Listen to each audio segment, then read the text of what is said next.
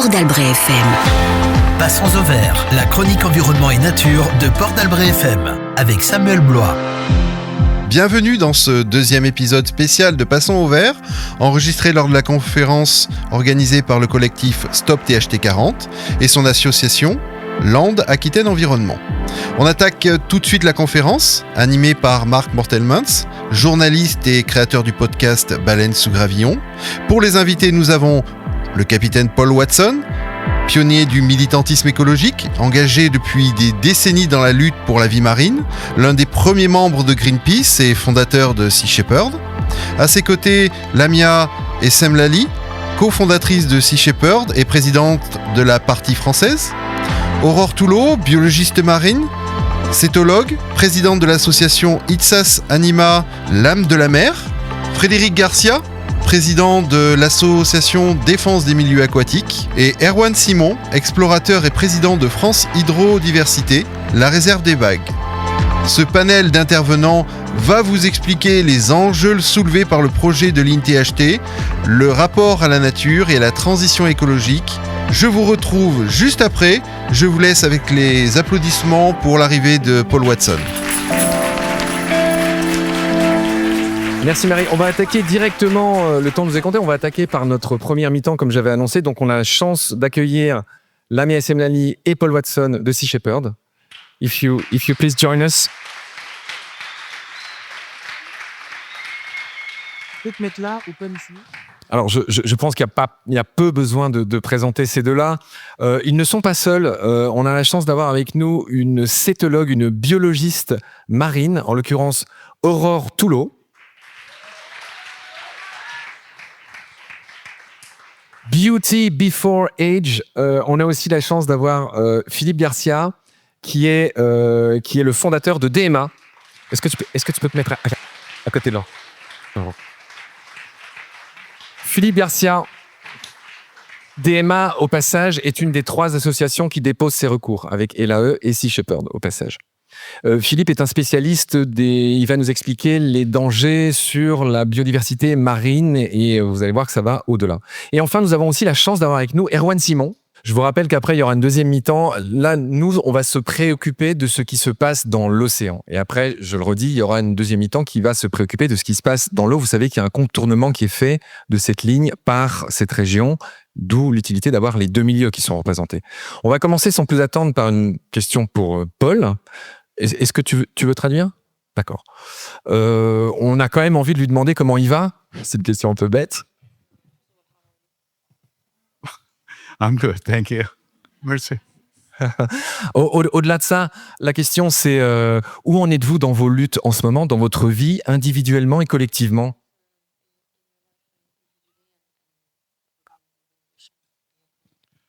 Well, we have a huge struggle ahead of us. On a une énorme bataille devant nous. The ocean is under threat for many different reasons. Il y a beaucoup de menaces qui pèsent actuellement sur l'océan. Ocean, deep sea mining, overfishing. L'exploitation des grands fonds marins, la surpêche. And pollution, especially plastic and noise pollution. La pollution plastique et la pollution sonore. And this is happening all over the world. Et c'est en train d'arriver, ça arrive partout dans le monde. And we have to understand that we have a very serious responsibility to protect diversity and interdependence in the sea. Il faut qu'on comprenne qu'on a une énorme responsabilité à protéger la biodiversité et l'interdépendance entre les espèces marines. Because if that collapses, then the sea's ability to support life collapses. Parce que si ça s'effondre, alors la capacité de l'océan à maintenir la vie sur Terre s'effondrera aussi. And as I've said for the last 50 years, when the ocean dies, we die with it. Et comme je le dis depuis 50 ans, si l'océan meurt, nous mourrons avec lui. So it is our ultimate responsibility on this planet. Donc c'est notre responsabilité ultime sur cette planète. Because the sea is our life support system. Parce que c'est la mer qui nous maintient vivants. Merci.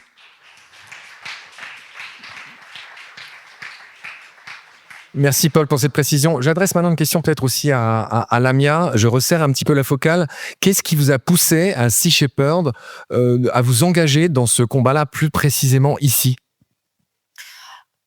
En fait, c'est une continuité de notre entrée en matière sur la question globale des énergies renouvelables qui sont en train d'être poussées un peu n'importe comment au prétexte de lutter contre le réchauffement climatique, qui est un vrai problème, des règlements climatiques, mais vers cette tendance très très dangereuse qu'on voit, qui est de sacrifier le vivant au prétexte de lutter contre le dérèglement climatique. Et donc, on a commencé avec les éoliennes, notamment sur le projet d'éoliennes offshore de Saint-Brieuc. On est impliqué sur de nombreux projets de projets éoliens dont on a découvert qu'ils étaient en fait complètement écocidaires, qu'ils obtenaient le fait qu'on fasse sauter tous les verrous écologiques, tous les principes de précaution, au prétexte que ce sont des projets qui sont censés lutter contre le changement climatique. Et ce qui se passe ici, en fait, c'est dans la continuité de ça. Quand on a été informé de la problématique, du coup, on était déjà un petit peu familier avec ce mode de pensée et en fait cet argumentaire des industriels qui, encore une fois, au prétexte de sauver la planète, est en train de la détruire. Donc, on a vu qu'il y avait une résistance locale qui s'était mise en place, mais que, de toute évidence, nous, on avait un rôle à jouer pour être une caisse de résonance de ce combat qui nous parle, parce qu'on estime aussi que, en tant que Sea Shepherd, avec l'exposition, la notoriété qu'on a, on a une responsabilité de contribuer aussi à braquer les projecteurs sur des combats et des enjeux qui sont essentiels et qui sont portés par des gens qui font du mieux qu'ils peuvent, qui se battent énormément de proximité, mais qui n'ont pas forcément suffisamment d'audience pour que ça porte et que ça fasse bouger les lignes. Encore plus quand l'association locale la plus connue qui prétend défendre l'océan soutient un projet aussi écocidaire que ça, et je parle de Surfrider évidemment, qu'on a interpellé aussi sur le sujet. Et donc, je trouvais que c'était d'autant plus important que nous, on se mobilise là-dessus. C'est la merde. Alors,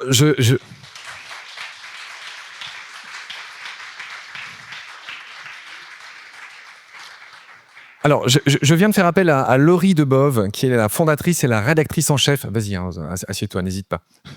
T'es à côté de Paul, je sais pas si... Laurie Debove... Elle le connaît, elle l'a déjà interviewé. Laurie Debove, qui est une bien meilleure spécialiste de ce dossier, puisque c'est une locale de l'étape, la relève et la peste. Et j'ai prié Laurie de faire une petite incursion dans notre première mi-temps à nous, qui concerne l'océan, pour nous rappeler la bigger picture. En deux mots, tu vas nous parler un peu de ce que veut l'UE, de l'Union européenne, de ce que veut RTE. J'ai dit tout à l'heure que c'était un dossier complexe, et peut-être grâce à toi, un petit peu juste débroussailler le terrain avant d'entrer dans le vif du sujet. Merci beaucoup, Marc. Donc effectivement, je ne suis pas la fondatrice, je suis seulement la rédactrice en chef de La Relève et la Peste, média indépendant spécialisé dans l'écologie, également maison d'édition. Je suis également landaise, j'habite dans le territoire depuis 2019. J'ai mes bureaux en Grèce, si jamais vous voulez venir me voir, au Coworking Container. Et je suis ce projet avec la plus grande attention depuis 2021. En tant que journaliste, j'ai une position privilégiée parce que nous, on peut parler aux porteurs de projets et on peut poser les questions qui animent les revendications des citoyens et en l'occurrence du collectif Stop THC aux porteurs de projets comme RTE. RTE qui est donc un distributeur d'électricité et pas un producteur d'électricité. Ce qu'il faut comprendre, c'est que cette ligne très haute tension de 400 000 volts, elle s'inscrit dans un cadre plus global de souveraineté énergétique des États membres de l'Union européenne. C'est vraiment pour cela que le projet il est porté par l'Union européenne, entre autres, que c'est un projet transfrontalier France-Espagne. Et en fait, ce que décrivait Lamia tout à l'heure, c'est-à-dire qu'au nom des énergies renouvelables, on était en train de sacrifier le vivant. Là, on est vraiment en train de le voir à une échelle massive sur toute la France. Ce qu'il faut comprendre, c'est que les Landes, on est un peu une expérimentation technique, mais aussi une expérimentation sociale. Parce que RTE prévoit de multiplier les lignes très haute tension partout en France. Il y a énormément de luttes locales qui sont en cours partout en France, en Camargue, dans la forêt de Brotonne, qui est une forêt très ancienne dans le nord de la France, etc., etc. Et en fait... ça, c'est pourquoi? C'est parce que la France, pour RTE, ça va être la plaque tournante de ces échanges électriques. Il faut savoir que pour RTE, l'enjeu, il est aussi financier, parce qu'en fait, les stations d'atterrage, c'est comme les stations d'autoroute. Quand nous, on va prendre l'autoroute avec notre voiture, on a une station de péage. Les producteurs d'électricité vont donner de l'argent à RTE pour avoir le droit de transiter par ces câbles. Ça leur apporte des milliards d'euros, tellement de milliards d'euros qu'en fait, la Commission de régulation de l'énergie leur fait rendre une partie de l'argent aux distributeurs et aux producteurs d'électricité. Et pour conclure, parce que je vois que je prends un petit peu de temps, désolé Marc, il faut savoir aussi qu'en France actuellement, on produit plus d'électricité que ce qu'on en consomme. Et de ce que m'a expliqué RTE, à l'avenir, la performance énergétique fait qu'on n'aura pas forcément un gros besoin énergétique vraiment supérieur à ce que nous consommons déjà actuellement et ce que nous produisons déjà actuellement. Donc le bien fondé du projet, il se pose vraiment en termes de débat démocratique et de comment on veut organiser nos sociétés. Merci Laurie.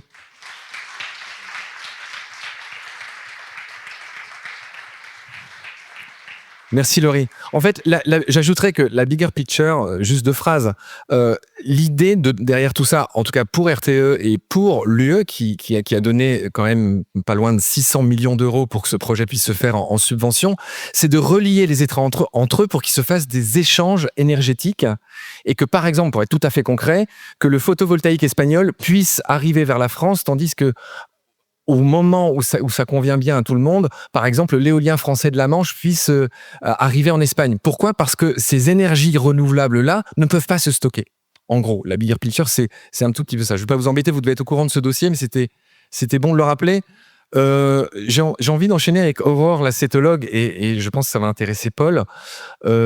Aurore, ce projet qu'on va pas complètement réexpliquer. Il y a sur les 400 km de cette interconnexion, je crois, si je dis pas de bêtises, qu'il y a 270 km sous l'eau et 130 sur terre en tout, 40 ici dans le coin. Donc, pour ce qui concerne cette partie sous-marine, quand on l'a préparée tout à l'heure, tu m'as dit qu'il y avait 4 impacts potentiels que tu peux peut-être nous détailler maintenant et sur lesquels on va peut-être demander l'avis de Paul. Le premier, c'est un beau mot que j'ai appris tout à l'heure, concerne l'ensouillage.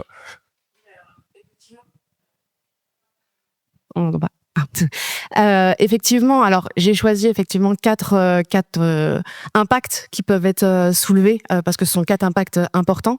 Et effectivement, l'un des premiers, c'est l'ensouillage, parce qu'avant l'exploitation de la ligne, il va y avoir il va falloir poser, enfouir les câbles à 1 mètre de profondeur, comme l'a expliqué Marie.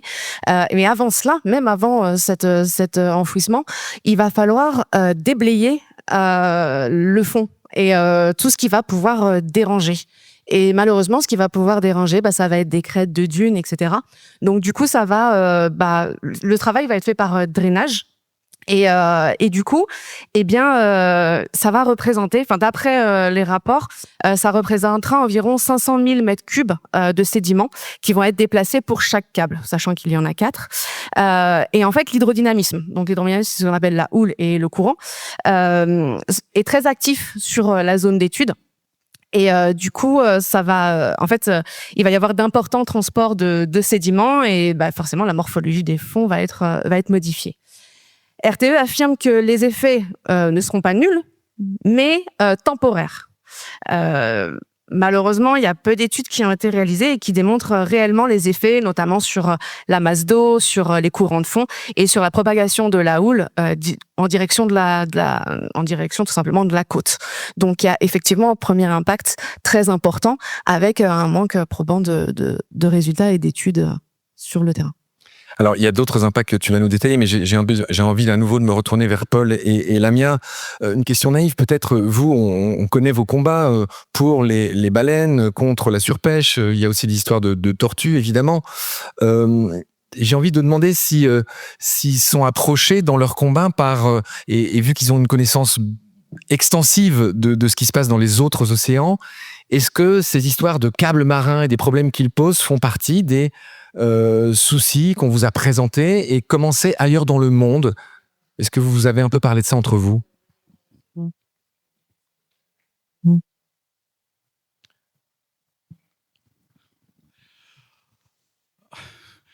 Green energy is really a bright green lie. L'énergie verte, c'est un grand mensonge vert. You know, the Vietnam War, the Pentagon had a strategy for destroying entire towns. Vous savez, pendant la guerre du Vietnam, le Pentagone avait une stratégie pour détruire des villages entiers. We had to destroy the town in order to save it. Il fallait qu'on détruise les villages pour les sauver. And this is now being used as an excuse. We have to destroy ecosystems in order to save the planet. Et c'est ce qu'on dit aujourd'hui. Il faut qu'on détruise l'écosystème pour sauver la planète. You cannot justify the destruction of an ecosystem for any reason. Aucune raison ne peut justifier la destruction d'un écosystème. And the problem is that we have a social, political, economic system that's based on growth for the sake of growth. Et le problème, c'est qu'on a un système politique, économique et sociétal qui est basé sur la croissance pour la croissance. This project goes ahead because of the 600 million euros in subsidies. Ce projet, il est aidé par ces 600 millions d'euros de subventions. Government subsidies are destroying this planet all around the world. Et les subventions d'État contribuent à détruire la planète partout. Industrial mechanized fishing continues because of $90 billion in government subsidies. C'est la même chose avec la pêche industrielle à grande échelle à cause des 90 milliards de subventions à la pêche au niveau mondial. Drilling for oil, deep sea mining, all of this only happens because of huge government subsidies. L'exploitation pétrolière, l'exploitation des eaux profondes, tout ça s'est rendu possible par toutes ces subventions publiques. So, they always say the growth for the growth's sake is there's only two things on earth that are involved with that. Donc, comme je dis souvent, la croissance pour la croissance, ça implique deux choses. Humanity and cancer. L'humanité et le cancer. No, we've become a cancer upon the planet. Nous sommes devenus un cancer pour cette planète. Now, in all of these projects, you will always find marine biologists and scientists. Dans tous ces projets-là, vous trouverez toujours des scientifiques et des biologistes marins who will support the projects. Qui soutiendront ce genre de projet. I have a name for them. They're biostitutes. Moi, j'ai un nom pour eux. Ce sont des biostitutes. They're paid to support those projects. Ils sont payés pour défendre ces projets. And they can't be trusted. Et on ne peut pas leur faire confiance. And you also can't trust environmental groups that take donations from these corporations. Tout comme on ne peut pas faire confiance à des groupes écologistes ou des associations écologistes qui acceptent de l'argent de ces entreprises. Again, they can't be trusted. On ne peut pas leur faire confiance. And all around the world, we're seeing environmental groups being bought off by oil companies, fishing companies. Et partout dans le monde, on voit des associations écologistes qui sont achetées par des groupes pétroliers, par des multinationales qui détruisent la planète. And that is a serious problem. Et ça, c'est un problème très sérieux. I understand that Surfrider supports this project. Donc j'ai compris que Surfrider défendait ce projet. And I've always had a great deal of respect for Surfrider Foundation. Et j'avais beaucoup de respect pour Surfrider. But once they step over that line, mais à partir du moment où ils ont fait ce choix, they lose their credibility. Ils perdent leur crédibilité. And I think that we have to call them out when that happens. Et je pense que c'est important de les exposer et de les confronter quand ils le font. Yeah.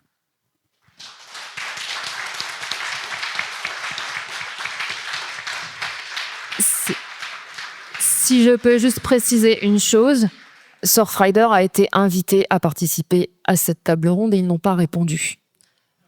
Voilà.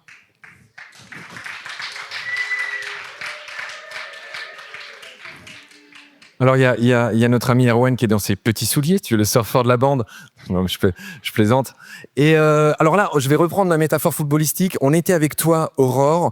On va faire une passe à Philippe, puisque le deuxième impact, parce qu'on essaie de détailler un petit peu aussi ces impacts qui menacent pour que chacun comprenne un peu ce qui se passe. Philippe, si tu es d'accord, toi, tu as fondé cette association de défense des fonds marins et de la biodiversité marine. Et donc, le deuxième impact qui menace, c'est ce qu'on appelle les CEM, les champs électromagnétiques. Faire passer 400 000 volts sous terre, ça n'a pas zéro impact. Et c'est ce que tu vas nous dire. Voilà, merci pour envoyer la diapo. Ça y est, elle y est, voilà. Donc, je vais vous parler du saumon. Le saumon atlantique est au bord de l'effondrement. Ça fait 50 ans qu'il a commencé à décliner. Et là, depuis 3-4 ans, on vit la fin de cette espèce, la fin de la fin. Même l'administration a pris conscience du problème puisqu'elle a arrêté elle-même la pêche en juillet dernier. Mais elle régit toujours trop tard, évidemment. Et je vais vous amener, pour vous en convaincre, en Colombie-Britannique, dans la rivière Fraser, qui se jette au niveau dans le Pacifique, au niveau de la ville de Vancouver. Et cet estuaire, il est littéralement bouché par l'île de Vancouver. Et pour que les saumons sockeye rejoignent leur rivière, il faut qu'ils passent soit par le sud, soit par le nord. hors de mémoire de pêcheurs, on avait toujours constaté que ces saumons passaient systématiquement par le sud, sans comprendre pourquoi. Les gens disaient que le passage par le nord était beaucoup plus compliqué, ce qui est vrai. Mais brutalement, à la fin des années 70, c'était l'inverse. Les poissons ont décidé de passer par le nord. Allez comprendre. L'énigme allait rester un demi-siècle incomprise. Et ça vient d'être expliqué par l'équipe de Putman au début des années 2010. Ils ont tout simplement constaté que lorsqu'on s'occupe du champ magnétique terrestre, on se rend compte qu'il y a une particularité assez importante ici. C'est que la ligne, l'isocourbe d'intensité du champ magnétique terrestre au niveau de Vancouver, celui qui porte les coordonnées géomagnétiques dont on suppose qu'elles ont été enregistrées par le saumon, elle passait jusqu'aux années 70 en pile dans le passage sud. Ce qui explique que tous les saumons qui se présentaient au nord, ils avaient peu de chances de trouver leur chemin, à la différence de ceux qui étaient au sud. Et justement, vous savez que le champ magnétique n'est pas fixe. C'est un champ errant qui bouge avec le magma terrestre. Il est en train de se déplacer vers la Russie, à une vitesse qui s'est accélérée d'ailleurs. Et donc, il a basculé, ce champ magnétique, effectivement, à la fin des années 70. Et il a ouvert la route magnétique du Nord pour tous les saumons Sockeye, ce qui explique donc ce changement d'habitude des saumons qui sont donc très sensibles au champ magnétique. On le savait déjà depuis les années 80, mais là, on a une preuve expérimentale qui est assez fameuse, je trouve. Je vous emmène maintenant dans notre Atlantique à nous. L'Atlantique Nord, il y a un seul saumon, c'est le saumon atlantique. Ces poissons suivent un chemin qui est plus ou moins complexe. Ceux qui restent qu'un hiver en rouge rentrent au bout d'un an. Ils ont multiplié la probe à 10 à peu près. Les autres restent 2-3 ans en bleu. Ils vont revenir 1 an plus tard ou 2 ans plus tard, mais tous vont rejoindre leur rivière, presque dans tous les cas, dans 90% des cas. Et le problème, c'est que quand ils arrivent à la côte, et c'est ça que j'aimerais que vous reteniez de ce que je vais dire aujourd'hui, ils ne le font pas comme je pouvais le penser moi au début, ils ne le font pas comme un avion qui revient sur sa piste d'atterrissage. C'est pas aussi précis. Non, faut pas rêver. Cette image que j'ai marquée en haut à gauche, elle est fausse. En réalité, ça se passe comme ça. C'est-à-dire que les saumons arrivent de façon assez diffuse à la côte, à des dizaines, voire des centaines de kilomètres de leur adour, ou de leur nivelle, ou de leur rio espagnol, puisqu'il y a aussi les rios espagnols qui sont concernés. Et après, ils longent la côte, ils s'en servent de corridor pour retrouver leur estuaire, et cette fois-ci avec l'Orodora. On le sait par les captures de pêche, évidemment. Alors le problème, c'est que vous comprenez bien que tous les saumons qui vont revenir dans l'angle du golfe de Gascogne vont se retrouver obligés de croiser le trajet de l'interconnexion, puisqu'on a décidé de la mettre dans l'océan. Que va-t-il se passer? C'est la question qu'il faut se poser, parce que le RTE va ensuyer donc 2 paires de câbles qui sont toutes les deux distants de 250 mètres, et dans chaque paire, il y a 2 câbles qui sont eux-mêmes distants de 50 mètres. Et ça va donc, l'équation est assez facile à manipuler, ça va donc créer 4 perturbations du champ magnétique, qui est expliqué ici, c'est un document de RTE, qui va créer à peu près 5 fois le champ magnétique terrestre localement au niveau du sol, au droit des paires de câbles. Ce champ magnétique va décroître comme l'inverse de la distance. Donc à 100 mètres, on va en avoir 100 fois moins. Donc au lieu d'avoir 250 ou 260 microtesla au sol, on va en avoir plus que 2,5. Sauf que le saumon est sensible à 0,2 microtesla. C'est-à-dire qu'à 1 km de la ligne de l'interconnexion, il va pouvoir détecter une anomalie magnétique. Et bien moi, je ne sais pas comment il va réagir devant cette barrière magnétique. Et c'est ça toute l'interrogation qui va aller se poser. Comment les saumons vont réagir? On sait déjà expérimentalement, parce qu'on l'a mesuré de façon très précise, que l'esturgeon de la baie de San Francisco, qui a dû traverser des câbles lui aussi, mais qui avait été suivi avant que ces câbles soient installés, va retrouver son chemin, mais avec du retard.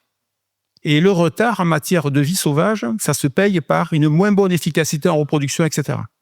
Donc il y a un impact forcément sur la migration des saumons, et pas que. On avait proposé en référé l'an dernier, d'abord de passer par la route, comme l'a brillamment explosé Marie, mais à défaut de mettre les câbles par paire jointive. Et c'est comme ça qu'au lieu d'avoir 2 perturbations en corne, comme vous avez ce schéma, on en aurait une seule beaucoup plus petite. Ça a été balayé d'un revers de main, ou plutôt, l'avocat qui nous entendait a pris la parole et il a dit au juge « Oh, mais vous inquiétez pas, on peut le faire comme ça, si c'est que ça. » Et à ma stupéfaction, le juge a répondu « Ah bon, vous pouvez ?» Bah alors, pas de problème. Et ça a été vendu comme ça. Alors que la convention d'occupation du domaine public entre l'État et RTE a été signée pour des ensouillages à plusieurs centaines de mètres de distance. Je finis. Il y a les surgeons, je viens d'en parler, mais il y a aussi les raies et les requins qui sont très sensibles aux champs magnétiques, les cétacés, les tortues marines, évidemment, et même les crustacés. J'ai fini, merci. Merci Philippe.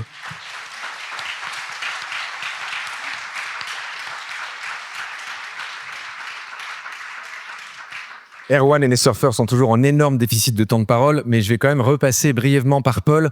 Paul est américano-canadien, si je suis bien renseigné. J'ai envie de lui demander si ces problèmes qui concernent le saumon, il en est aussi conscient au Canada. En France, il y en a quasiment plus de saumon. Enfin, c'est vraiment... Mais au Canada, c'est une autre paire de manches. Est-ce qu'il a an insight to share with us? Well, the situation with salmon is pretty bad. Effectivement, la situation des saumons est très préoccupante. Indigenous salmon populations in British Columbia have been diminishing primarily because of salmon farming. La population de saumons indigènes en Colombie-Britannique s'est effondrée surtout à cause des fermes de saumons d'élevage. It's interesting that the most healthy salmon populations on the West Coast are in Alaska. C'est intéressant de constater qu'en fait, la population de saumons sauvages qui est en meilleure santé est celle qui est en Alaska.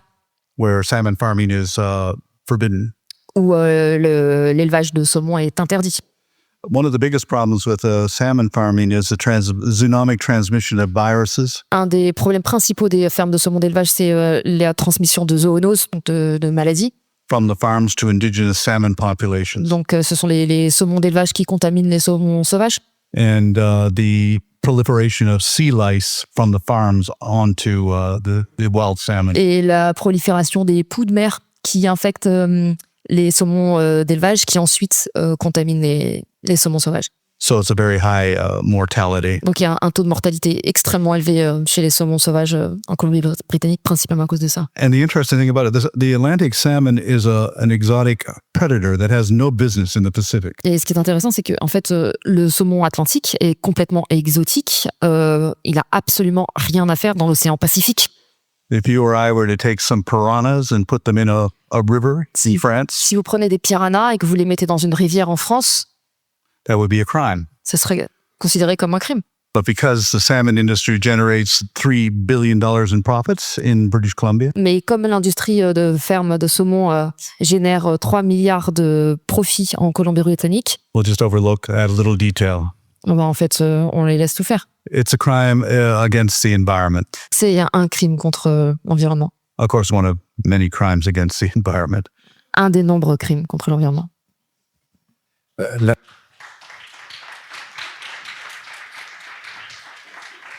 Est-ce que Lamia, tu veux ajouter quelque chose? Concernant, pour en revenir à ici, il nous a éclairé sur ce qui se passait en Colombie-Britannique. Concernant ce qui se passe ici, est-ce que c'est quelque chose que tu as, qui t'inquiète aussi, ces problèmes qu'on pourrait infliger aux populations marines de divers groupes? Non, moi je pense que c'est intéressant d'utiliser le vivant et les espèces. Le saumon est emblématique, mais effectivement les requins, les cétacés, etc. pour éveiller les gens sur cette problématique. En fait, ces espèces, ces animaux sont des ambassadeurs et parler de l'impact de tous ces projets sur ces animaux-là, c'est, je pense, le meilleur moyen pour faire comprendre aux gens ce qui est en train de se passer. Ça me fait penser à quand on a commencé à se mobiliser contre les éoliennes en mer, on a été assez critiqués pour ça. Surtout qu'on était en fait la seule grande ONG nationale qui se mobilisait contre ça. Je pense notamment au projet de Saint-Brieuc, où en fait beaucoup de gens n'ont pas compris. Mais c'est d'autant plus important, et là j'en reviens au rôle et la responsabilité essentielle des ONG qui sont... qui ont une responsabilité particulière, parce que si vous voulez, quand sur des projets comme ça, les seules oppositions qu'on a viennent des pêcheurs ou des riverains qui ont des maisons qui vont être dévaluées, des pêcheurs qui vont perdre leur zone de pêche. En fait, c'est pas comme ça qu'on touche les gens, parce que les gens disent eux ils défendent leurs intérêts, mais nous on a besoin de sauver le monde, on a besoin de lutter contre le changement climatique, donc ces gens sont des égoïstes. Mais quand vous avez une asso comme Sea Shepherd qui dit attendez, en fait ça va pas être possible là. Du coup, on peut pas nous soupçonner de défendre autre chose que le vivant. Et donc, ça a marqué un tournant. Et on a senti que, même au niveau du ministère, à l'époque qu'on avait rencontré le ministère de la Transition écologique, ils étaient très, très embêtés, en fait, que Sea Shepherd se mobilise sur ce dossier-là. Et ils nous ont même dit, ah non, attendez, en fait, vous allez vous allier avec les pêcheurs maintenant? Parce qu'il y avait des pêcheurs qui étaient contre ces projets-là. Donc, on dit, mais nous, notre curseur, c'est pas de savoir qui est engagé ou pas sur un dossier. Notre curseur, il est de savoir qu'est-ce qui va nuire aux vivants, qu'est-ce qui va nuire à l'océan. Et donc, c'est là qu'on va décider si on s'implique ou pas. Donc, c'est tout ça pour dire que je pense que c'est très important que le grand public perçoive le piège qu'il y a à sacrifier le vivant au prétexte de lutter contre le changement climatique, à comprendre plus l'aberration, c'est d'autant plus aberrant que l'océan est le premier organe de régulation du climat.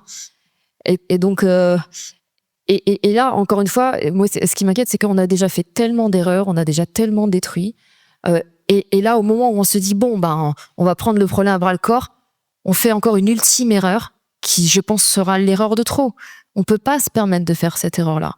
Et donc, c'est hyper important qu'on tombe pas dans ce piège parce que on pourrait atteindre un point de non-retour. Et encore une fois, comme le disait Laurie tout à l'heure, les projets qui sont l'ambition pour la France à ce niveau-là, c'est effrayant, c'est vraiment catastrophique. Et on parle d'un enjeu là qui est, je pense, beaucoup plus grand, beaucoup plus important que beaucoup ne l'imaginent.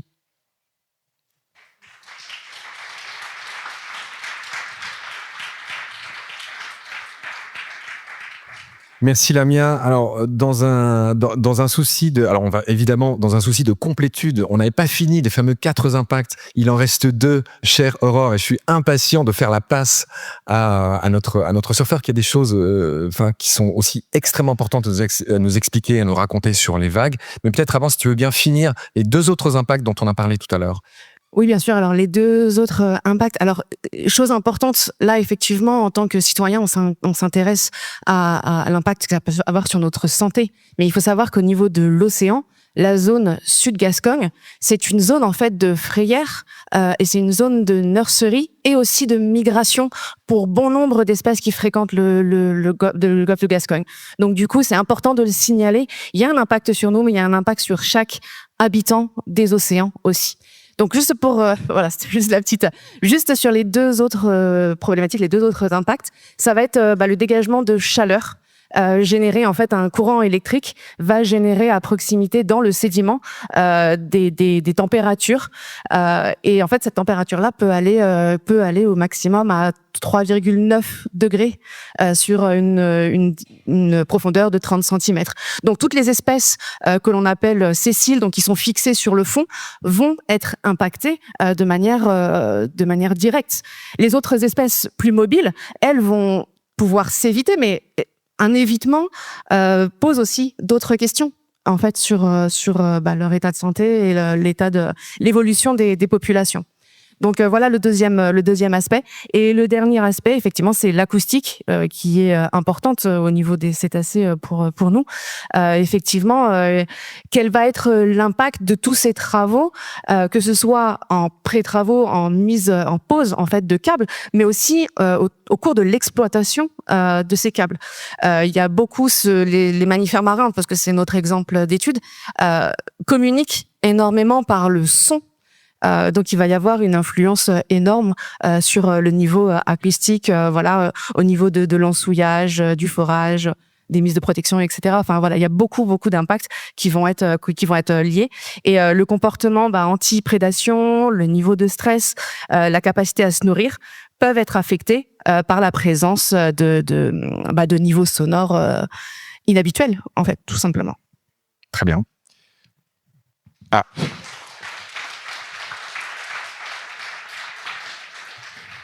Alors, Erwan, le moment est venu de parler de surf. Je pense que tu as été correctement introduit par Paul tout à l'heure. Le moment est venu de parler plus sérieusement, après la biodiversité, de parler d'hydrodiversité et des vagues. Les vagues sont pas du tout qu'une obsession de surfeurs, c'est ce que tu m'as expliqué tout à l'heure.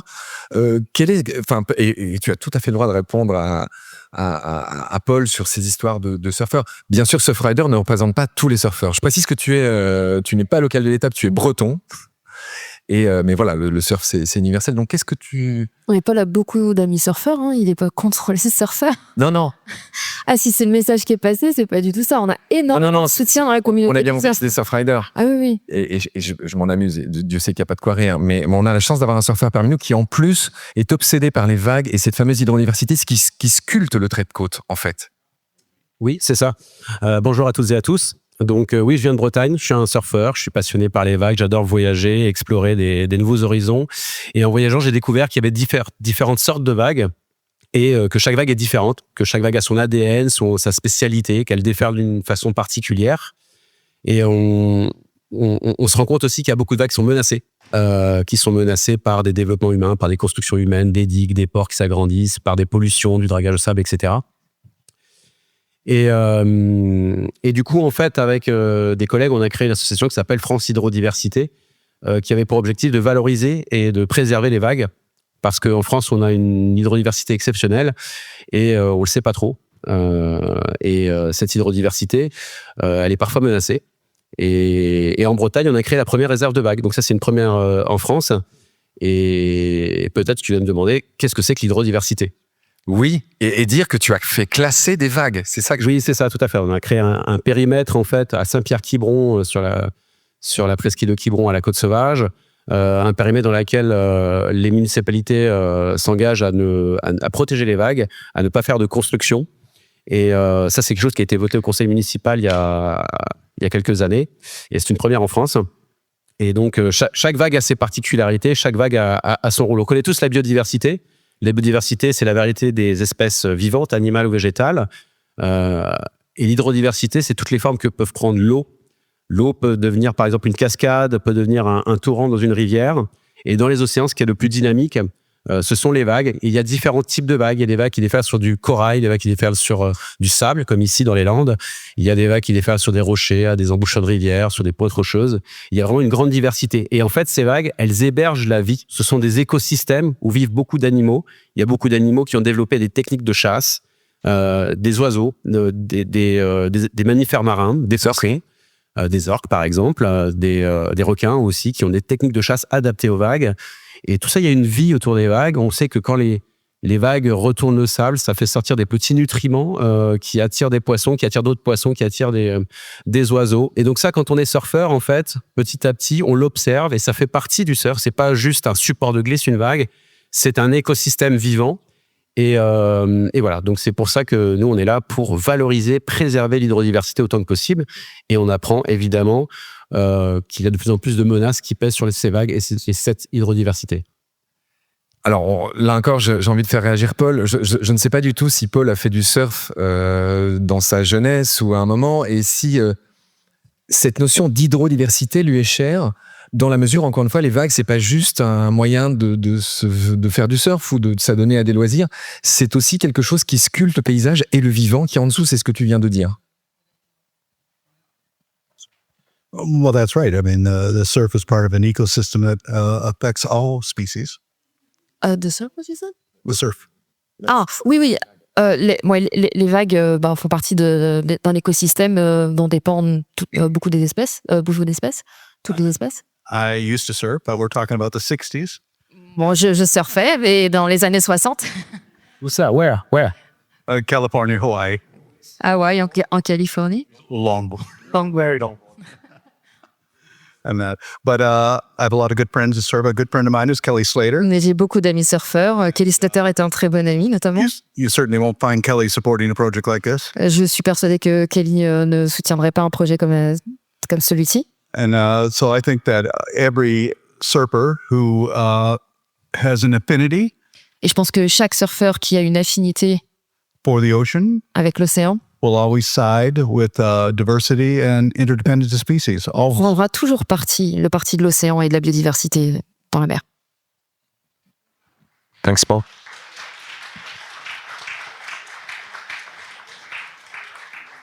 Alors, on est à 8 minutes du coup de sifflet final. Je ne sais pas si on aura droit à des prolongations. On va voir peut-être un petit signe de tête discret. On a évidemment prévu de prendre des questions, n'est-ce pas, dans le public. Et pas de questions?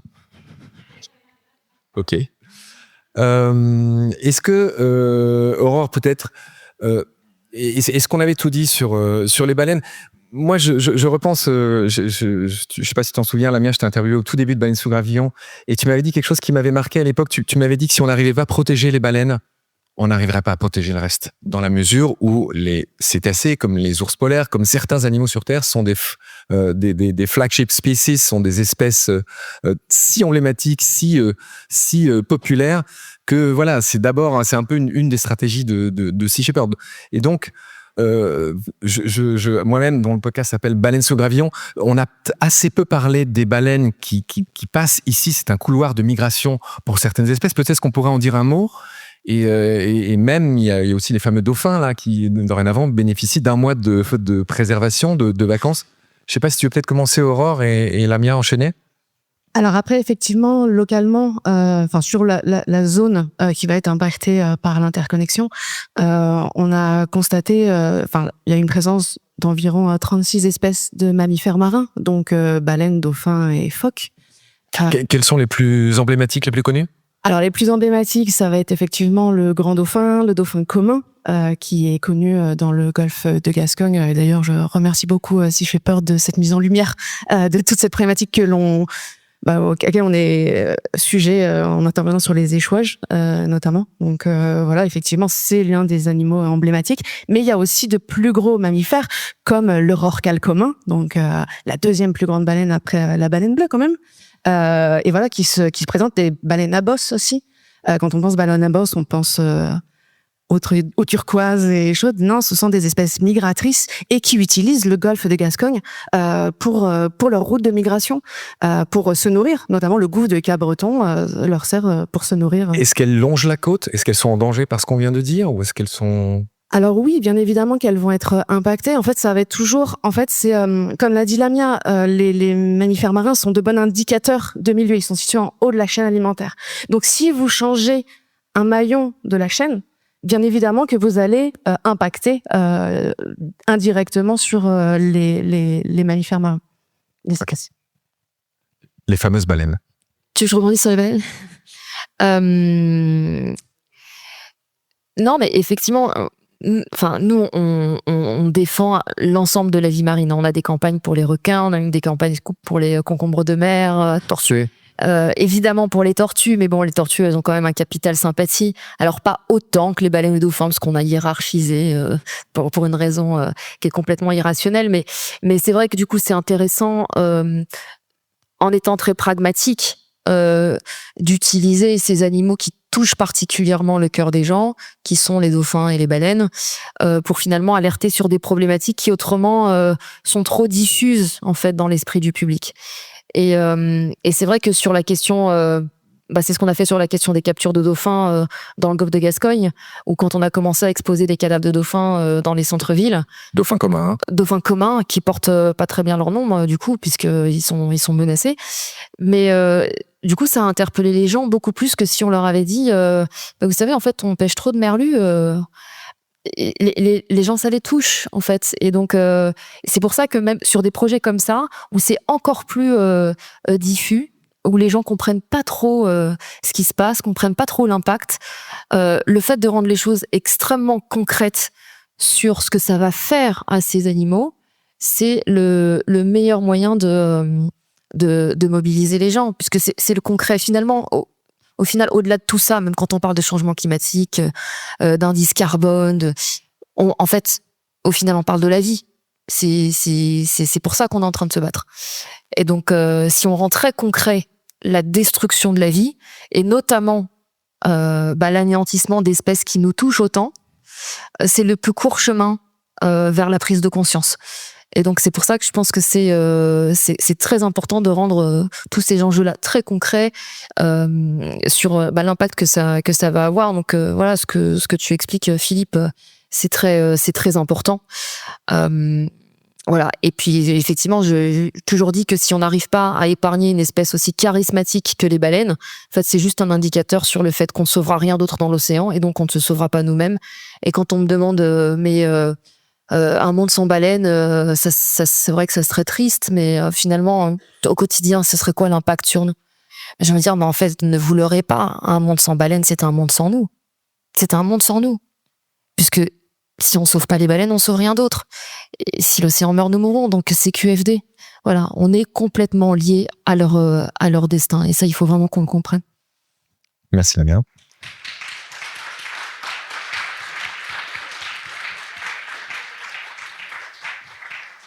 Alors on s'approche de la fin de cette première mi-temps et on va enfin pouvoir aller boire un bon petit verre d'eau fraîche.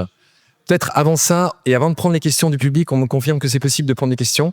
Peut-être j'ai envie de poser 2 dernières questions en forme de, pas de taquinerie, mais à Paul et à Lamia qui nous font l'honneur d'être là. C'est quelle est la question qu'on n'a pas abordée, my mistake, dans cette première table ronde sur l'océan?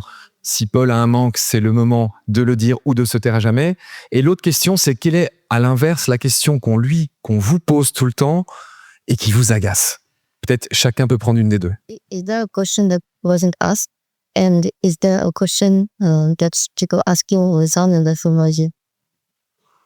What pisses you off the most?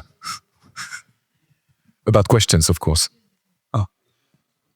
I think the question that probably annoys me the most Je pense que la question qui m'ennuie le plus, is people saying, well, what can I do? c'est les gens qui me disent, mais qu'est-ce que je peux faire? You know, and people feel that, they don't have anything that they can do to actually make a difference. Parce que les gens ont un sentiment d'impuissance. Ils ont l'impression qu'ils ne peuvent rien faire pour faire la différence. And I can understand how that can be a dilemma. Je peux comprendre que ce soit un dilemme, But really what you have to do is first understand what is the ocean, mais vraiment ce que vous devez faire, c'est d'abord comprendre ce qu'est l'océan, that it's your life support system. que c'est le système qui maintient la vie possible sur cette planète. You don't exist without it. Vous n'existez pas sans lui.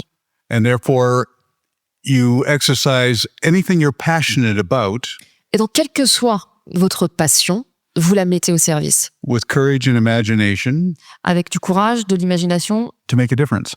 pour faire la différence. And that means using your particular skills and abilities Ça veut dire utiliser vos propres capacités, vos talents personnels, the best way you know how. de la meilleure façon que vous sachiez le faire. C'est vous qui savez le mieux. And that can be education, Et ça peut être à travers l'éducation, litigation, if you're a lawyer, la législation, si vous êtes un avocat, legislation, legislation or activism. ou de l'activisme. We all, the strength of an ecosystem is in diversity, En fait, la force d'un écosystème, elle est dans sa diversité. and the strength of any movement is in diversity. Et la force d'un mouvement, elle est aussi dans sa diversité. So all working together, that's how we can make a difference. Donc en travaillant tous ensemble, c'est comme ça qu'on fera la différence. And what I actually tell children all the time is to look at it this way. Et ce que je dis toujours aux enfants, c'est de regarder les choses de la façon suivante. We're all on this incredible spaceship on a voyage around the Milky Way. On est tous sur un vaisseau spatial qui est en train de voyager à travers la Voie lactée. And every spaceship has a life support system. Et comme tout vaisseau spatial, il y a un système fonctionnel qui lui permet de se maintenir Gives us everything we need. et qui nous donne tout ce dont on a besoin. The air we breathe, the food we eat, and regulates climate and temperature. L'air qu'on respire, la nourriture, la gestion des déchets. And that life support system is maintained and operated by a crew of engineers. Et ce système vital, il est maintenu, il est rendu fonctionnel grâce à un équipage de mécanos, d'ingénieurs. That keep everything running. Et c'est eux qui permettent à tout de fonctionner. And we humans, we're not engineers. Et nous, les humains, on ne fait pas partie de l'équipage. On n'est pas des mécanos. We're passengers and we're having a lovely time amusing ourselves Nous, on est juste des passagers et on passe notre temps à se distraire. and pretending we're the most important species on the planet. Et on croit qu'on est l'espèce la plus importante sur cette planète. But what we are doing is we're killing the engineers. Mais ce qu'on fait, c'est qu'on tue les ingénieurs, les mécanos. And every engineer you kill weakens the machinery. Et chaque mécano que vous tuez, vous affaiblissez la machinerie. And if you take out enough, the machinery begins to fall apart. Et si vous en tuez trop, alors le système s'effondre. We don't live on a planet without microbes, worms, bees, trees, fish, whales. We do not live without them. On ne peut pas vivre sur cette planète sans les microbes, les abeilles, les arbres, les poissons, on peut pas vivre sans eux. They do just fine without us, but we need them. Eux, ils They s'en don't need tirent us. très bien sans nous. Mais So- nous, on peut pas vivre sans eux. That is our responsibility and obligation to live in harmony with all of these other species. Donc c'est notre responsabilité, c'est notre obligation d'apprendre à vivre en harmonie avec toutes ces espèces. Because we live here because they allow us to live here. Parce qu'on vit sur cette planète, parce qu'ils nous permettent de vivre sur cette planète. Merci, Pao.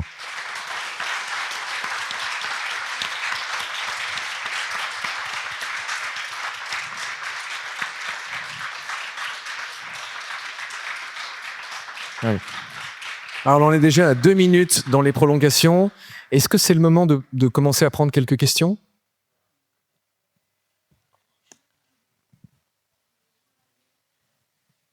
Pas de questions? Ah si. Il va falloir parler fort. Bon.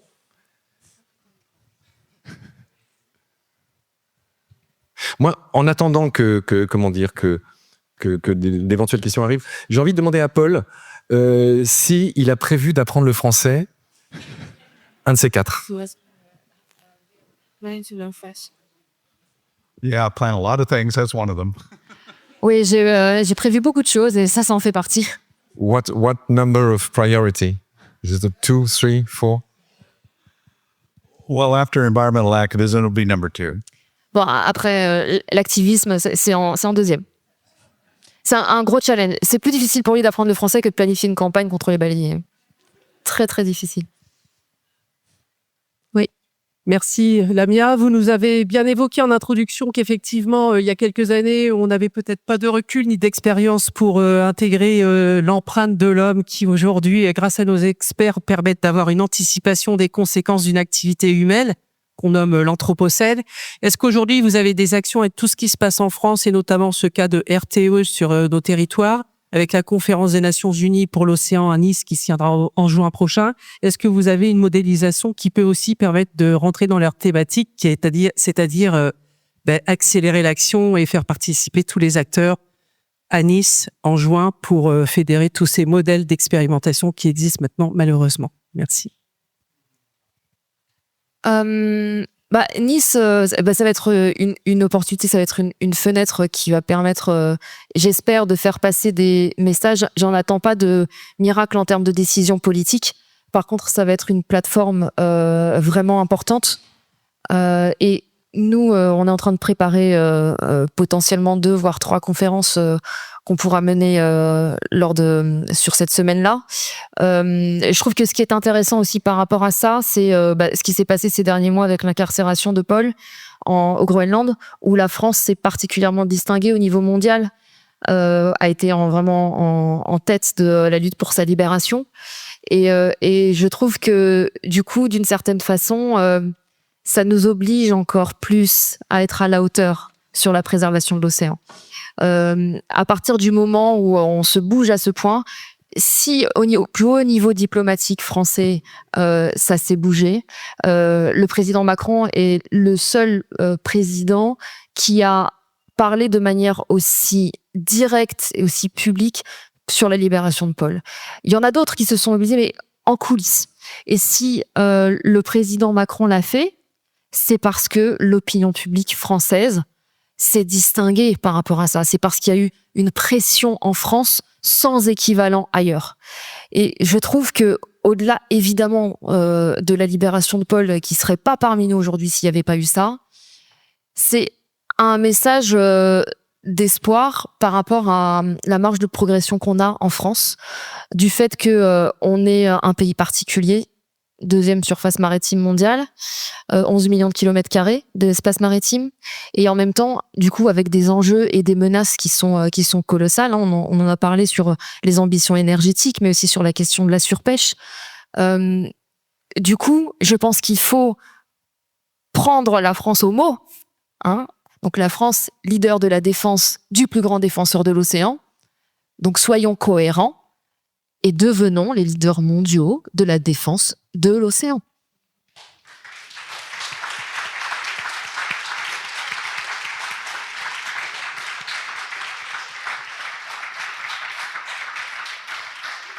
Et juste, j'en profite aussi pour vraiment remercier absolument tout le monde qui s'est mobilisé. On l'a senti, cette mobilisation.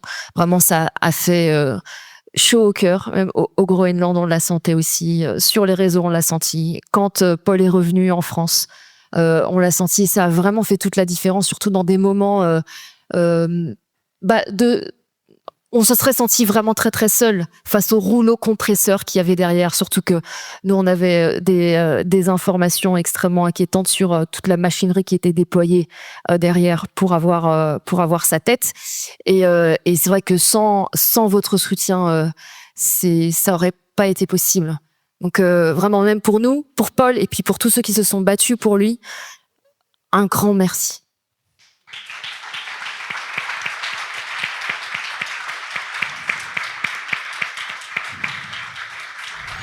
Port d'Albret FM. Passons au vert avec Samuel Blois. Lors du premier échange, on a pu parler de l'océan et nous sommes réunis là maintenant pour parler de la Terre et des écosystèmes terrestres. J'ai la chance d'avoir à côté de moi plusieurs intervenants et intervenantes de qualité. Donc Philippe, je vais commencer par toi. Peux-tu te présenter et nous dire ce que tu fais ? Bonjour, je suis Philippe Barre, je suis fondateur d'un écosystème qui s'appelle Darwin, qui est né à Bordeaux, et qui œuvre sur, on va dire, la transition sociétale à différents niveaux.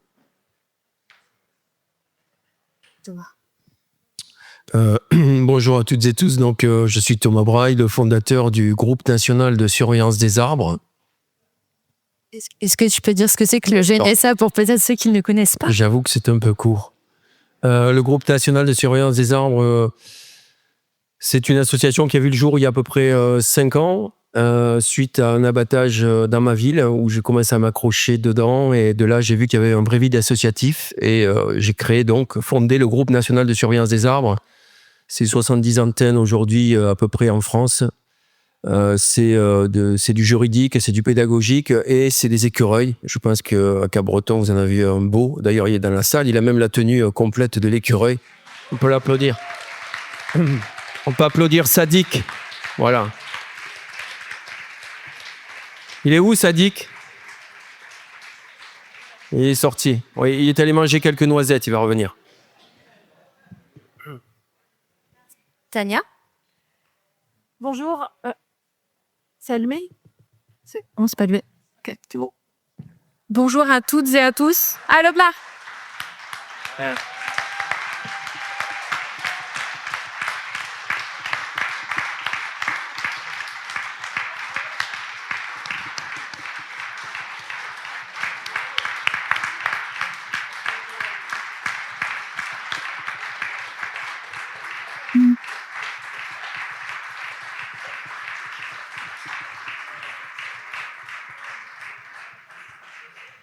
Bonjour à toutes et à tous. Merci pour l'invitation. Donc moi, je suis Tania Pachev. Je suis scientifique, soignante, spécialisée en médecine et en santé environnementale. Et je suis également membre du collectif des scientifiques en rébellion.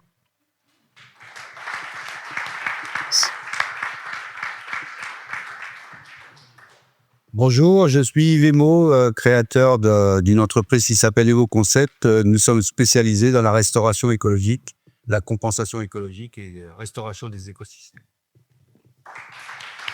Merci à tout le monde d'être là. Alors, comme vous l'avez écouté lors du précédent échange, Paul Watson et Lamia disaient très justement que si l'océan meurt, nous mourrons aussi. Mais c'est en fait aussi valable pour les écosystèmes terrestres, parce qu'il y a un concept qui est développé depuis plusieurs années par des chercheurs maintenant, qui s'appelle One Health. Donc, santé humaine, santé animale et santé environnementale sont étroitement liées.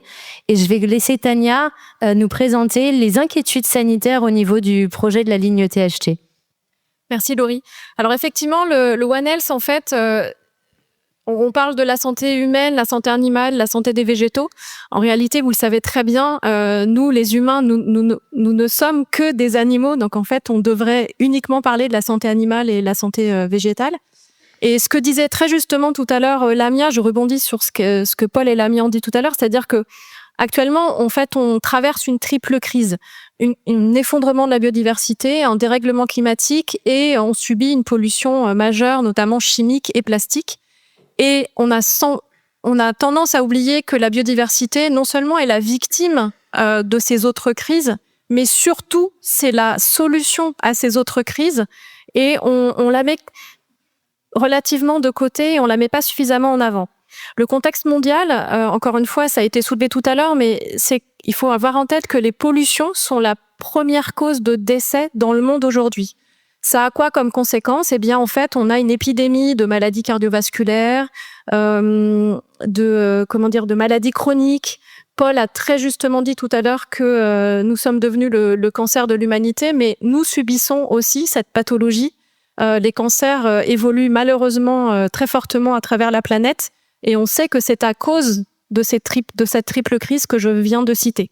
Donc effectivement, nous sommes en permanence soumis à des expositions environnementales, quelles qu'elles soient, physiques, chimiques, biologiques. Et aujourd'hui, avec ce projet RTE, finalement, on va toucher plusieurs de ces facteurs environnementaux. Et la question que j'avais envie de soumettre aujourd'hui à mes collègues et à vous dans la salle, c'est qu'en fait, ce projet n'a pas eu d'impact réel, en tout cas d'évaluation d'impact sur la santé.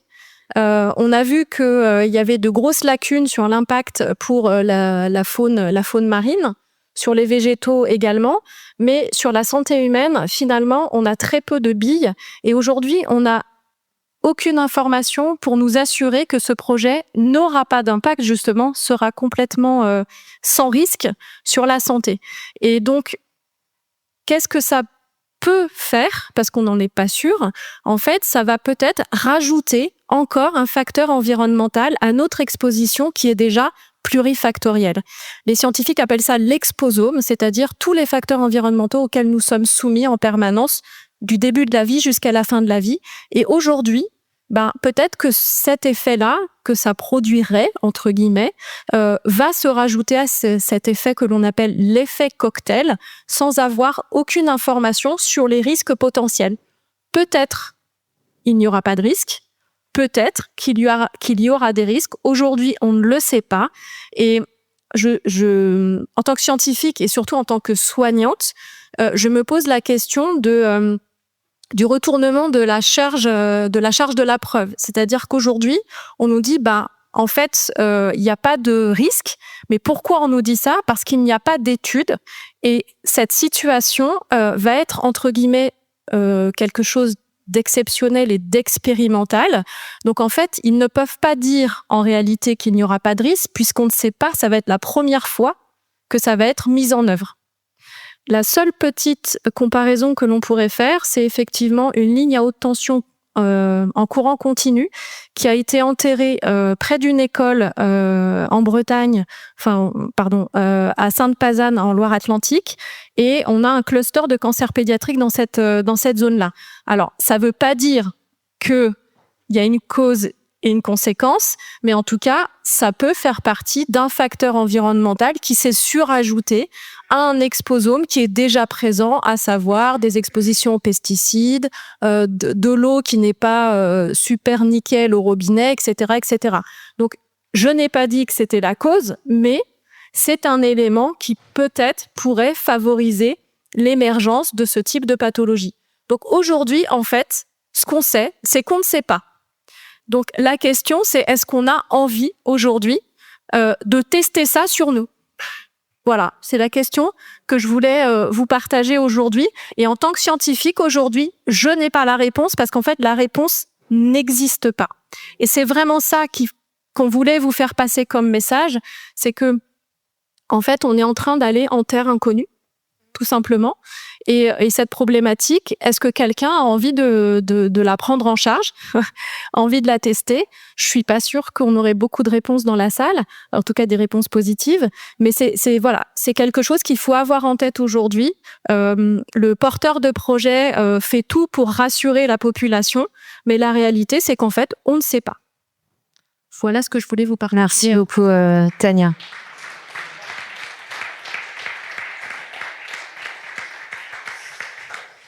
Quand on parle de santé des écosystèmes, on parle de tous les êtres vivants qui peuplent ces écosystèmes, y compris les arbres, nos alter-ego végétaux. Donc là, je me tourne vers Thomas. Qu'est-ce qu'un arbre en bonne santé, une forêt en bonne santé, et quels sont les enjeux aujourd'hui en France autour de la préservation de ces arbres et de ces forêts? Bon, pour faire simple, on peut pas parler d'océan sans parler de forêt, et on peut pas parler de forêt sans parler d'océan. Ça marche ensemble, en fait. Quand vous avez des pertes massives de feuillage, que ça tombe au sol, qu'ensuite ça finit dans les cours d'eau, en fait, juste pour prendre l'exemple des feuilles, elles donnent du phosphore, de l'azote, et tout ça, ça part dans les océans, et ça nourrit le phytoplancton marin, les algues, et donc en fait, il y a vraiment tout est intrinsèquement lié. On ne peut pas dissocier les forêts des océans, quoi. Ça, c'est une certitude. Donc, c'est vrai que c'est toujours un peu plombant parce que là, on dit, c'est vrai, sans ça, nous mourrons. Je peux arriver à comprendre que les conférences, parfois, on a du mal à vouloir y aller parce que ça peut paraître assez plombant. Mais je pense qu'aujourd'hui, il faut arrêter aussi l'angélisme, quoi. Quand il y a trop d'angélisme, en fait, on n'est plus capable de se battre parce qu'à la fin, on se dit oui, mais on est reparti de là en disant il y a des solutions. Oui, mais non, c'est pas comme ça que ça marche. Je suis désolé, je m'égare, mais parce que je fais un peu ce constat à chaque fois. J'ai juste envie de vous donner un message d'espoir qu'aujourd'hui, si on s'y met tous, en fait, on peut arriver à faire bouger les choses. Et j'ai dit la même chose à l'UNESCO et je vais vous passer aussi ce même message. Je pense que c'est important. Les messages qu'on vous porte aujourd'hui, toutes et tous, que ce soit Lamia, que ce soit Paul, que ce soit tous les intervenants qui sont autour de moi, si ce message-là, vous ne le faites pas résonner dehors et que demain, vous avez juste en tête et vous vous êtes juste dit, on est allé voir des gens qui ont porté des messages formidables et merveilleux et ça s'arrête là, en fait, on n'y arrivera pas, tout simplement. Donc là, vous êtes nombreux, portez ce message, s'il vous plaît, on en a besoin voilà, pour nos enfants. Deuxième chose, on parle aussi de ces ondes électromagnétiques. Il n'y a pas beaucoup de personnes qui travaillent sur l'électromagnétisme et vous avez de la chance parce que moi, je bosse avec. Je ne plante jamais un arbre sans définir le réseau Hartmann. C'est un quadrillage électromagnétique de la planète. Les arbres sont soumis aux ondes électromagnétiques. Une graine ne poussera pas si le quadrillage électromagnétique, d'accord, s'il est par exemple sur un nœud, on appelle ça des nœuds telluriques. S'il est sur un nœud tellurique, une graine ne poussera pas. Rendez-vous compte, 400 000 volts dans une forêt avec un électromagnétisme tellement puissant. En fait, c'est pas compliqué. Quand ils sont avec des ondes électromagnétiques trop puissantes, soit ils poussent vite et ils se déforment. On appelle ça des arbres dextrogyres, d'accord. Ils montent très vite et ils s'épuisent. Sinon, on appelle ça des arbres lévogyres. Ils poussent, donc ils montent vers la droite et ils s'épuisent. Ils poussent vers la gauche, ils sont tout rachitiques. Ou sinon, vous avez des arbres tout tordus et tout déformés. Et ça, moi, je le vérifie tous les jours quand je travaille. Parfois, chez des clients, ils me disent, ça fait 10 ans qu'on a planté cet arbre-là, il pousse pas dans mon jardin. Ben, en fait, c'est simple. J'ai ce qu'on appelle une antenne léchère. Je vous invite à voir ce que c'est. Ça a été mis au point par des chercheurs. Et on se met sur tel ou tel quadrillage. Ça permet aussi de rechercher l'eau. C'est pareil, la recherche de l'eau, c'est soumis à des ondes électromagnétiques et c'est pas de la sorcellerie. C'est l'eau en frottant contre les rochers, elle dégage des ondes électromagnétiques qui montent à la surface et c'est pour ça qu'on est capable, nous, en tant que récepteurs humains, ça nous traverse et ça fait bouger soit des bâtons de noisetiers avec lesquels faisaient vos grands-pères, soit ces fameuses antennes léchères. Mais en tout cas, ce qui est sûr, c'est que ces arbres, s'ils sont soumis à trop d'ondes électromagnétiques, ben en fait, les forêts, elles vont pas être bien, tout simplement. Donc vraiment, je vous invite à vous rapprocher et à prendre conscience de ça, quoi, de cet électromagnétisme qui est pas très bon pour nous. Et après, je suis pas du tout là-dedans. Je suis pas dans des collectifs anti-téléphone et tout, parce que j'en ai un forcément. Si on n'avait pas ça, on pourrait pas faire de bruit aujourd'hui. Et tant mieux. Heureusement, il y a les réseaux. C'est une grosse merde, mais parfois il faut savoir s'en servir correctement. Nous, on s'en sert correctement en tout cas. Mais voilà, on a des trucs sur nous qui nous affaiblissent aussi. Donc, c'est important que vous preniez conscience que le végétal est soumis aux ondes électromagnétiques aussi. Voilà. J'ai pas du tout répondu à ta question. Hein. Voilà, c'est pas grave, c'était plus intéressant comme réponse.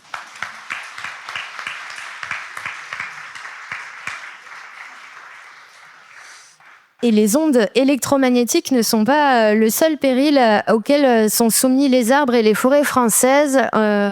on l'a vécu dans notre chair, dans les Landes, avec les énormes incendies qui ont ravagé la forêt près de la Teste de Buch en 2022.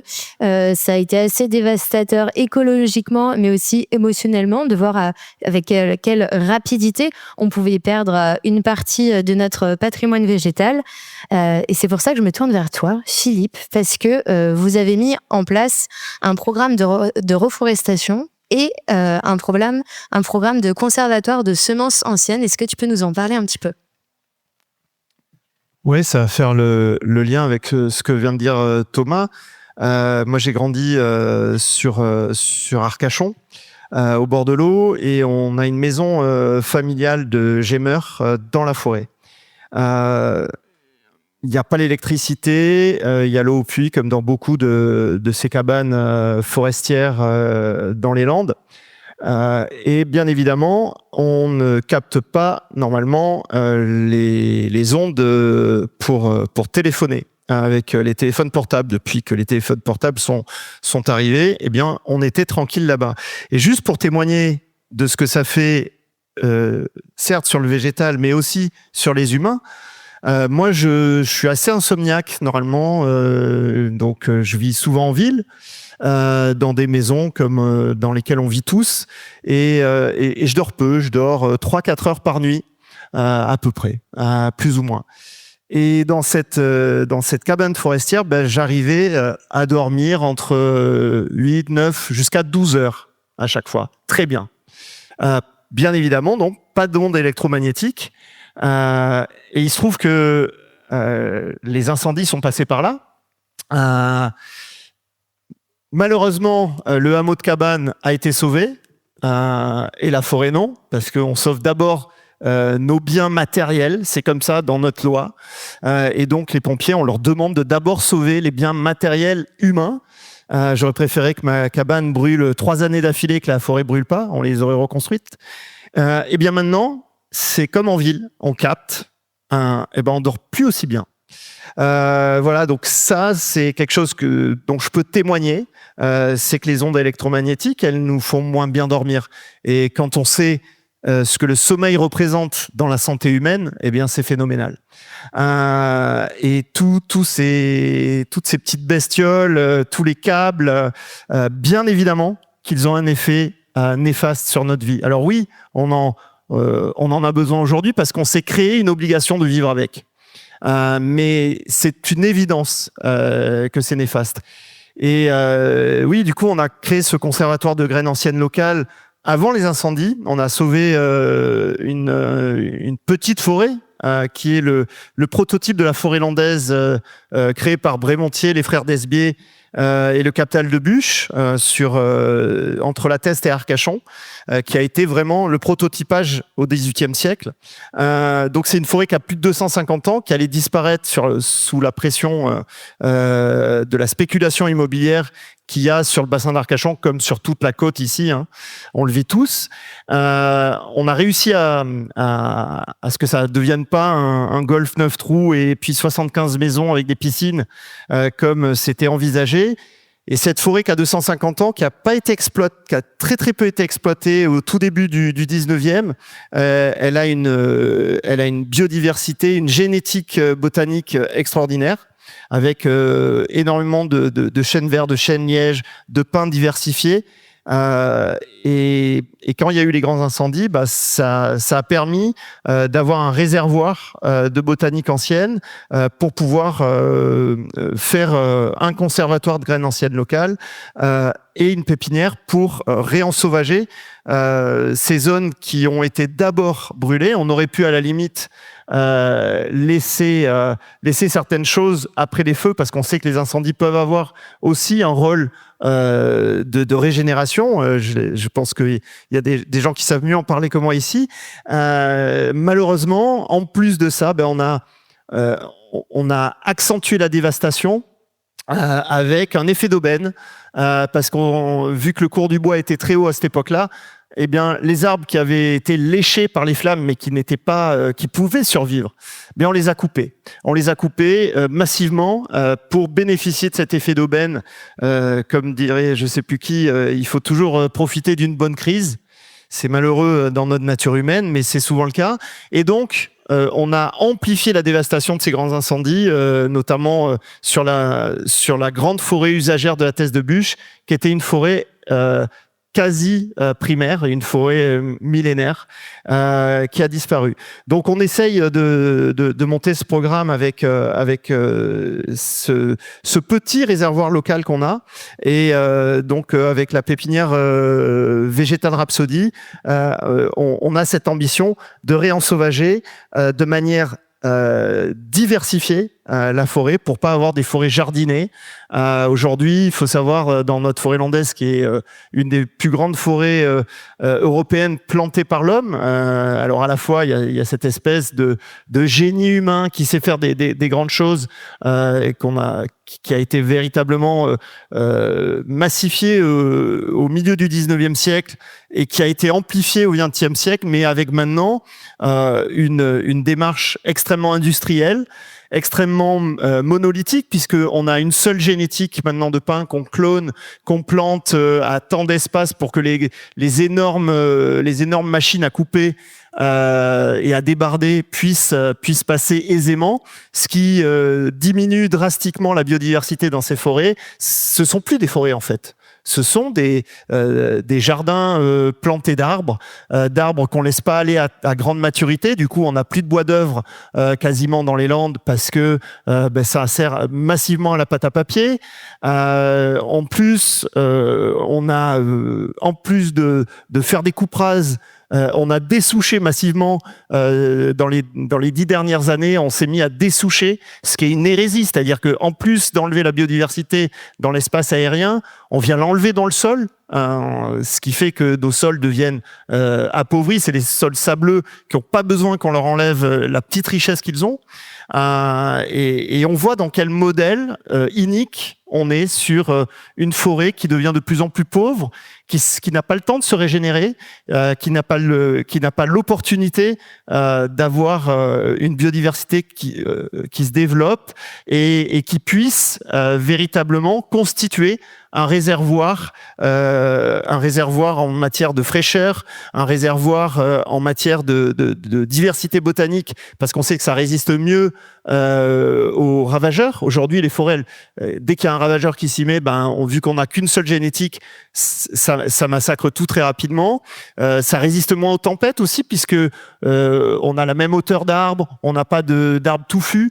Donc on voit qu'on a des forêts extrêmement fragiles. Or, aujourd'hui, on a urgence à véritablement redonner à la nature sa place, parce que à tous les endroits, que ce soit en mer, on en a parlé tout à l'heure, en forêt, partout, on met notre marque d'aseptisation, de standardisation, et forcément, ce n'est pas résilient, ce n'est pas résistant.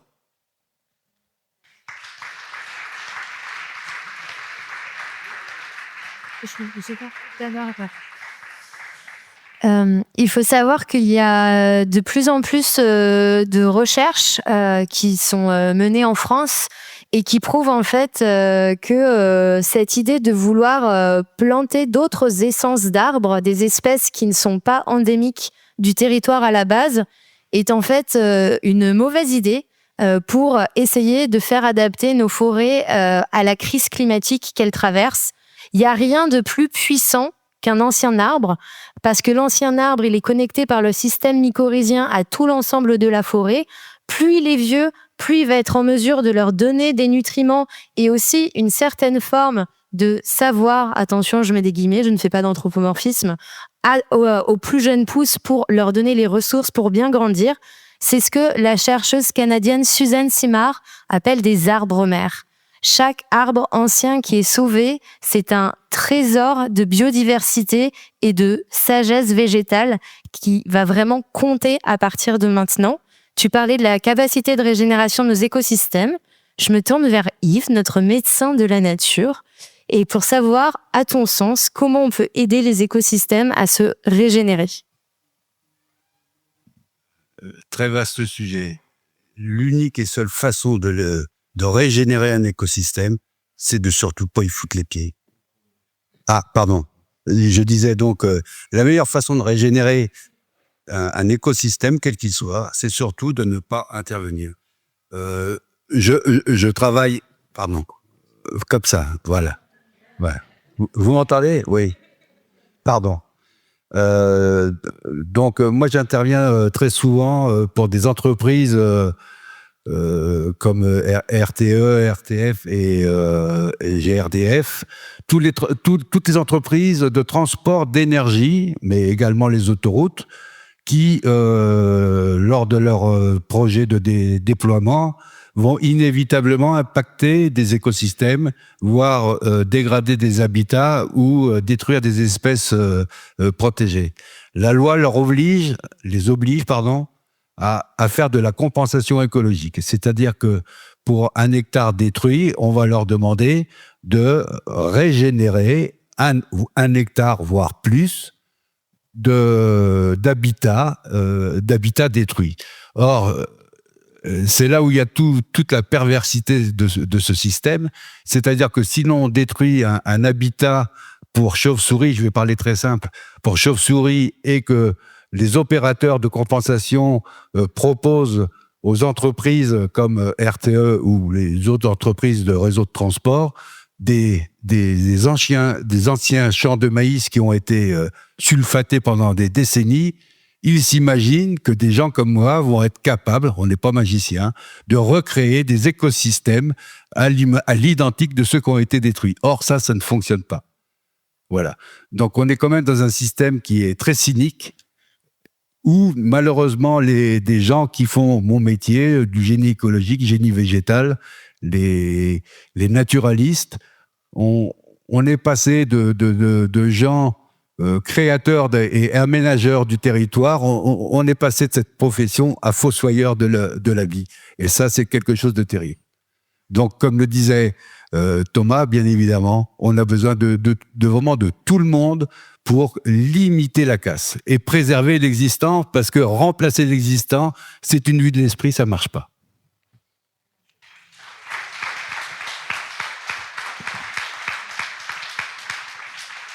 Je me permets juste de rebondir sur... en fait, vous savez, il y a une chose qui s'appelle la séquence ERC, éviter, réduire, compenser. Alors, éviter, la plupart du temps, vous l'oubliez, réduire, vous l'oubliez, et compenser, ah oui, on va compenser. On ne peut pas compenser quelque chose qui est perdu. C'est de la poudre aux yeux, ce n'est pas possible. Tout ce qui est détruit est perdu. Si la planète était étirable, on pourrait dire oui, d'accord, là on va compenser ici. Mais à partir du moment où vous avez une zone qui est détruite, on ne peut pas aller la reconstruire ailleurs. Et quoi qu'il en soit, même si c'était par exemple une zone humide, une zone humide, ça se crée sur des millénaires, des milliers et des milliers d'années, quoi. C'est pas possible d'être recréé par l'homme comme ça. Donc déjà, vous voyez, une fois de plus, l'homme, quel manque d'humilité par rapport à cette façon de dire on va compenser. S'il vous plaît, déconstruisez ce mythe de la compensation, quoi. S'il vous plaît, quoi.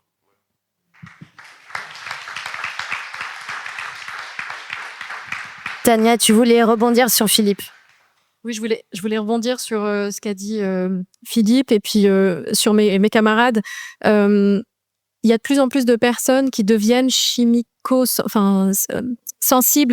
électrosensibles, probablement parce qu'on est de plus en plus exposé. Et tu as parlé des problèmes de sommeil, mais effectivement, c'est un des symptômes possibles. Ça peut être une grande fatigue, des troubles cognitifs, avoir des soucis pour retenir des choses, des pertes de mémoire, etc. Et ça peut même aller plus loin, puisque le Centre international de recherche sur le cancer a classé les champs électromagnétiques comme cancérogènes possibles.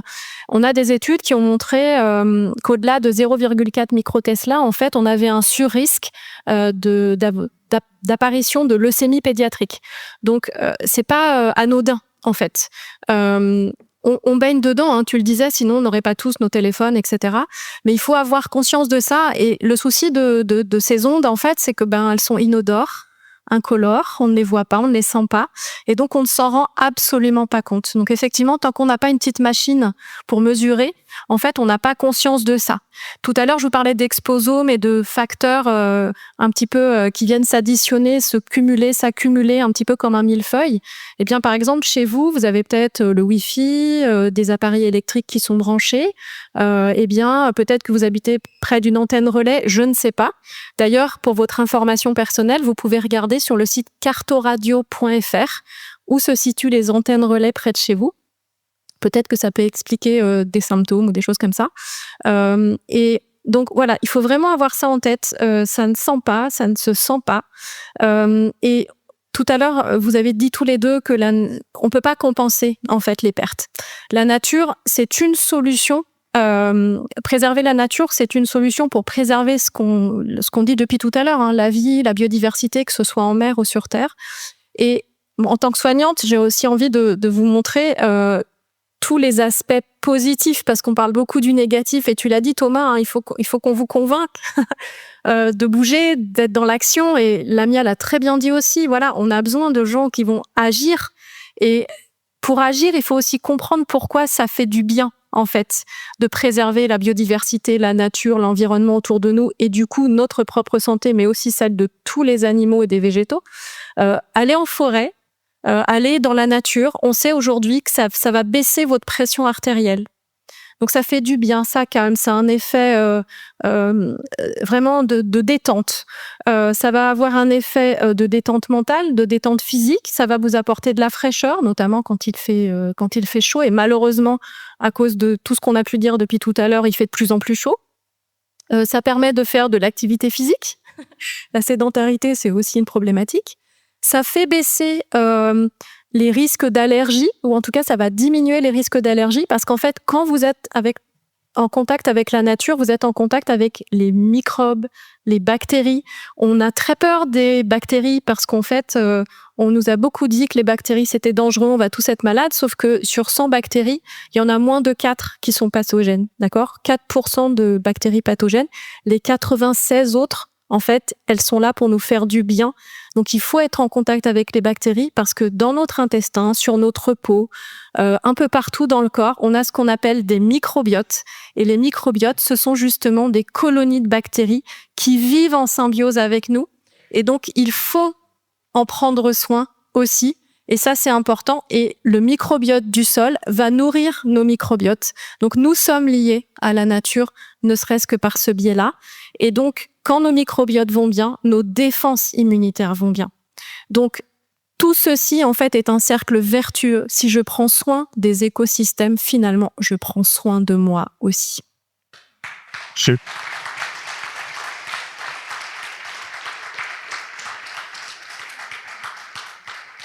Juste pour illustrer tes propos, il y a 2 études qui sont assez qui parlent d'elles-mêmes.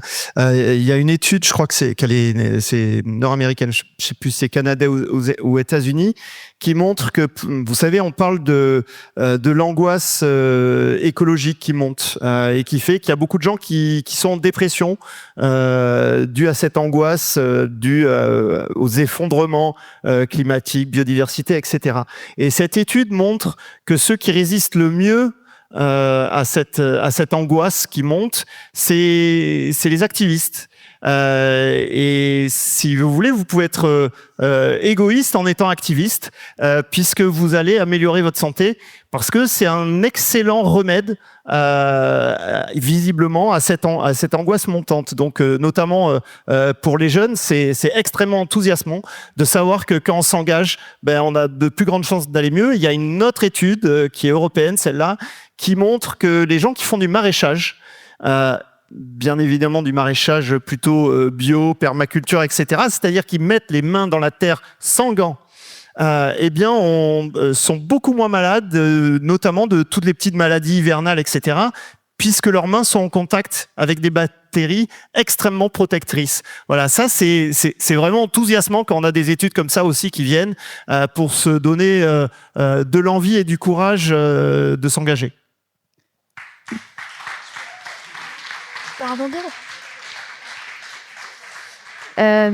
Thomas, là, Philippe, il nous parle justement de la joie et du sens qu'on peut trouver en étant activiste. Toi, tu es un activiste qui passe beaucoup de temps dans les arbres, comme notre ami écureuil Mapuche qui est là, et comme tous les autres écureuils et écureuils ES qui sont montés dans les arbres ce début d'année.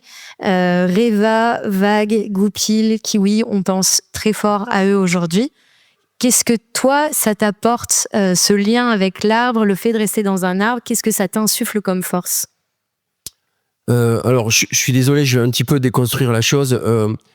J'ai beaucoup de respect pour les personnes qui se définissent comme activistes, mais moi, je me définis absolument pas comme ça.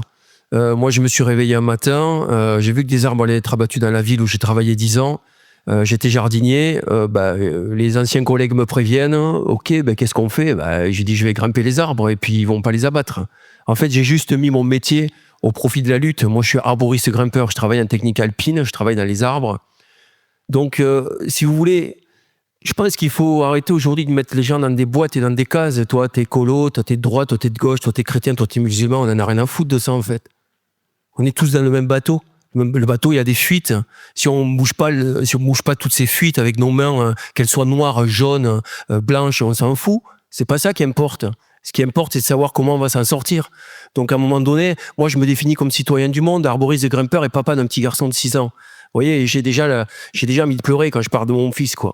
Moi, je me bats parce que j'ai un fils, quoi. J'ai un fils, on en a tous, on a des enfants. Mais si on fait des enfants aujourd'hui pour les laisser dans la galère, en fait, c'est pas la peine. J'ai envie de dire à ceux qui en veulent, n'en faites pas.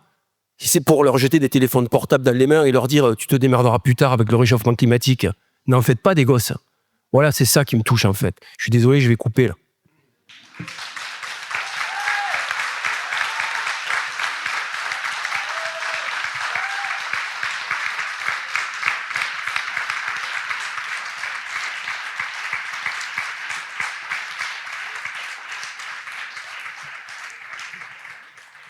Justement, pour protéger nos enfants, il y a plein de choses qu'on peut faire. Alors évidemment, j'ai pas le temps de tout vous partager aujourd'hui, mais en tout cas de limiter leurs expositions. Pour rebondir sur ce que a dit Thomas et ce que tu disais tout à l'heure, en fait, il y a un moyen très simple de remettre du lien avec la nature. Justement, c'est de reconnecter les enfants avec la nature. Dans la majorité des écoles, par exemple, les cours d'école, en fait, sont bétonné ou en tout cas du goudronné, etc. Et donc, pour avoir cet effet de l'étude que tu as citée, il y a une chose extrêmement simple à faire. Alors, ok, ça coûte un petit peu d'argent au début, mais c'est très vite rentable. En fait, c'est de revégétaliser au maximum, notamment les cours, les jardins, parce qu'en fait, je vois beaucoup de maisons où en fait, on a enlevé, on a vu ça avec Yves hier, beaucoup de jolies, belles maisons, nouvelles maisons. En fait, le jardin, on a tout enlevé, on a mis des graviers, et puis résultat, après, on est obligé de mettre 2 clims parce qu'on a chaud. Mais si on avait gardé les arbres, peut-être qu'on aurait moins chaud dans la maison. Mais en fait, en Finlande, il y a une expérimentation qui a été mise en place, c'est de revégétaliser les cours des crèches et des écoles, de faire école le plus souvent, ou en tout cas des activités à l'extérieur. Et en fait, en moins de 2 semaines, on a vu une amélioration du microbiote cutané des enfants, mais aussi des adultes. Et en 1 mois, une amélioration du microbiote intestinal des enfants et aussi des adultes. Et donc, ce sont des enfants et des adultes qui sont moins malades, qui sont beaucoup plus forts au niveau immunitaire et qui sont aussi, comme tu le disais, on n'est pas des activistes, en fait. C'est juste qu'il faut reconnaître qu'on est lié à la nature, et quand on le fait, quand on le vit au quotidien, finalement, ça devient la normalité. Ce qui n'est pas normal aujourd'hui, c'est qu'on est déconnecté de cette nature, et qu'en fait, quand on a un petit peu de boue sur les chaussures, ou qu'on a des gamins qui reviennent de l'école avec des taches aux genoux, c'est la catastrophe, il faut tout passer à la machine, ils sont tout sales, etc. Non, c'est bien, en fait. C'est bien qu'ils aient mis les mains dans la terre, c'est bien qu'ils aient mis les mains dans la bouche pour justement être en contact avec cette nature qui n'est que bénéfique pour leur santé. Je voudrais juste rajouter quelque chose. Vous savez, moi, j'ai une formation, j'ai un CAP, BEP, genre espace vert. Vous voyez, je suis pas très diplômé, et parfois je me demande qu'est-ce que je fais à côté de personnes qui ont des savoirs immenses, quoi. Mais je suis jardinier à la base, quoi.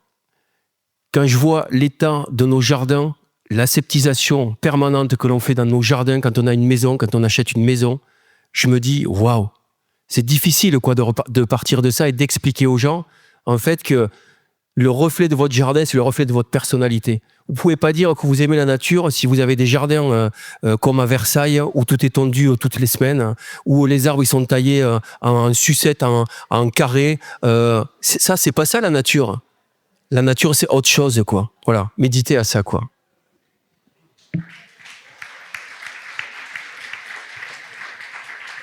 Yves, toi justement, tu es le spécialiste des jardins et tu as redonné vie à des centaines et des centaines de jardins partout en France. Est-ce que tu peux nous donner un peu les recettes ou les plus beaux succès de régénération que tu as vus? Mais c'est tout simple, en fait. Je pars d'un constat très, très personnel. J'ai passé toute mon enfance dans la nature, au bord des ruisseaux, dans les jardins, parce que c'était comme ça avant. Et lorsque j'ai appris à faire ce métier, la première chose que j'ai eu envie de faire, c'était de recréer au possible, avec mes moyens et mes compétences, des petits bouts de nature avec des plantes toutes simples que l'on trouve dans la nature, de façon à ce que après les oiseaux arrivent, les insectes, les grenouilles. Donc il y a des bassins dans tous mes jardins, de façon à recréer très modestement, il faut le dire, des petits écosystèmes. Et mes clients se sont aperçus que finalement, c'était mieux que de passer la tondeuse toutes les semaines pour couper les pâquerettes qui avaient eu le malheur de fleurir sur leur pelouse, en enlevant de fait de la nourriture pour les pollinisateurs. Ils se sont dit, tiens, il y a des libellules dans mon bassin. Tiens, c'est bizarre, il y a des grenouilles, des tritons. Alors qu'on n'a rien apporté de tout ça. On s'est simplement contenté de laisser de la place aux vivants. C'est tout. C'est pas plus compliqué que ça. La nature, c'est pas compliqué. Il faut l'observer. Il faut la respecter. Et si on est un peu patient, eh bien, ça marche. C'est tout. Mais encore une fois, c'est une histoire de respect par rapport aux vivants auxquels on est partie prenante en totalité. On ne peut pas dissocier la race humaine des autres êtres vivants. On a un ancêtre commun qui remonte à plusieurs millions d'années. C'était une bactérie. Et l'histoire de l'évolution que Darwin a bien voulu nous expliquer, on est tous héritiers d'un seul être vivant. Il n'y a pas de dissociation à la base. C'est l'évolution. Et il se fait qu'aujourd'hui, notre évolution culturelle a complètement dépassé et oublié l'évolution naturelle de tous les êtres vivants. Et c'est d'où la séparation de l'être humain qui imagine très naïvement d'être supérieur au reste du vivant. Voilà. Donc simplement, avec un peu plus d'humilité, de modestie, apprenons à nous reconnecter à la nature. C'est tout. Merci. Et Philippe, vous à Darwin, vous avez mis aussi en place de la désartificialisation pour justement redonner cet espace à la nature. Est-ce que tu peux nous en parler un petit peu ? Oui, c'est à une très petite, un très petit niveau, puisqu'on est sur un petit quartier dans Bordeaux où on a commencé à faire ça. Déjà, on a essayé on a lutté, on n'a pas essayé, on y est arrivé, mais on a lutté pour que les bâtiments dans lesquels on s'est installé étaient des bâtiments qui étaient là depuis 1850, et il était prévu de les démolir pour construire ce qu'on appelle maintenant partout des écoquartiers, qui sont surtout des super économiques quartiers plutôt que écologiques quartiers, puisque c'est de la spéculation immobilière et en plus financée par le ministère de l'écologie. Donc tout va bien. Et donc on a sauvé ces bâtiments pour démontrer, on nous disait qu'ils étaient en ruine et qu'il fallait des bâtiments tout neufs, aller prélever de la ressource naturelle pour faire du plâtre, du ciment, etc. Dépenser de l'énergie pour détruire les bâtiments avec des bulldozers. Ensuite, dépenser de l'énergie pour recycler tous les déchets de cette destruction. Or, on a réhabilité, on a réparé ces bâtiments à haut standard écologique pour prouver que déjà, ça c'est la première démarche qu'on doit faire, c'est arrêter de bâtir à tout va, de détruire à tout va pour rebâtir à tout va. Donc c'est la même notion de protection, même si c'est quand même beaucoup plus intéressant de protéger les forêts, les océans, les espaces naturels, mais il faut également avoir une démarche de réparation et de réutilisation à tous les niveaux, y compris dans les bâtiments, parce que c'est là où on dépense dans le BTP, c'est énormissime le gâchis qu'on a écologique, d'argent public également, qui passe là-dedans. Moi, je peux vous assurer que je suis sûr que les fameux 40 milliards là, qui nous manquent dans le budget français, si on faisait un vrai travail de sélection des dépenses de BTP, de l'argent public dans le BTP, je suis sûr qu'on pourrait résoudre cette solution. Et ensuite, une fois qu'on a réhabilité ces bâtiments, on s'est appliqué à désartificialiser autour de ces bâtiments. On était un endroit au milieu de ces 45 hectares d'écoquartiers qu'on nous pond à Bordeaux. Eh bien, les 3 hectares au milieu de ces 45 hectares, eh bien, on était sans arbres quasiment en 2007. Et aujourd'hui, on est un poumon vert au milieu de ces 45 hectares qui, par contre, étaient des friches où il y avait beaucoup de verre autour. Et maintenant, il n'y a plus de verre autour et il y a du verre au milieu, là où on s'est mis. Thomas est venu nous voir. On a une petite ferme urbaine. On a planté pas mal d'arbres, que ce soit des arbres fruitiers ou des arbres endémiques des bords de Garonne. Et ça fonctionne, ça va assez vite. Alors même si Thomas disait que ça prend des fois des millénaires, mais il faut aussi s'apercevoir que quand on laisse la nature faire, elle peut aller assez vite et on l'a vu pendant le Covid. Pendant le Covid, on a vu quand on était sur nos écrans, malheureusement pour certains, il y avait les témoignages de l'eau à Venise qui redevenait transparente avec des dauphins qui se baladaient dans les canaux, etc. La vie sauvage reprend assez vite sa place quand on la laisse tranquille. Donc accueillons-la du mieux qu'on puisse et elle sait faire véritablement sans nous, ça c'est sûr.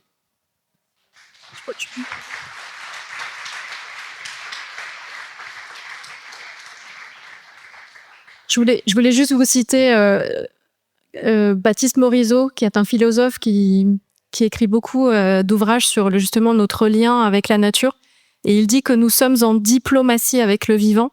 En réalité, nous cohabitons avec le vivant et nous sommes en relation avec le vivant. Et donc, nous faisons partie du vivant, mais nous ne sommes pas au-dessus des autres espèces, effectivement. Et je tenais à le redire, même si mon camarade d'à côté l'a déjà dit tout à l'heure. Merci. À la demande d'Yves, je vais faire monter sur scène avec nous Olivier. Olivier, si tu veux bien venir, qui est un acteur de la régénération des espèces locales. Et est-ce que tu peux nous présenter un petit peu ce que tu fais, comment et pourquoi ? Bonjour à tous. Donc, je m'appelle Olivier Etrouille. Je fais partie de l'association Harpiculture, qui est une association un peu d'intermédiation avec le vivant. C'est-à-dire qu'on recrée des moments où on va se reconnecter à la beauté qui nous entoure.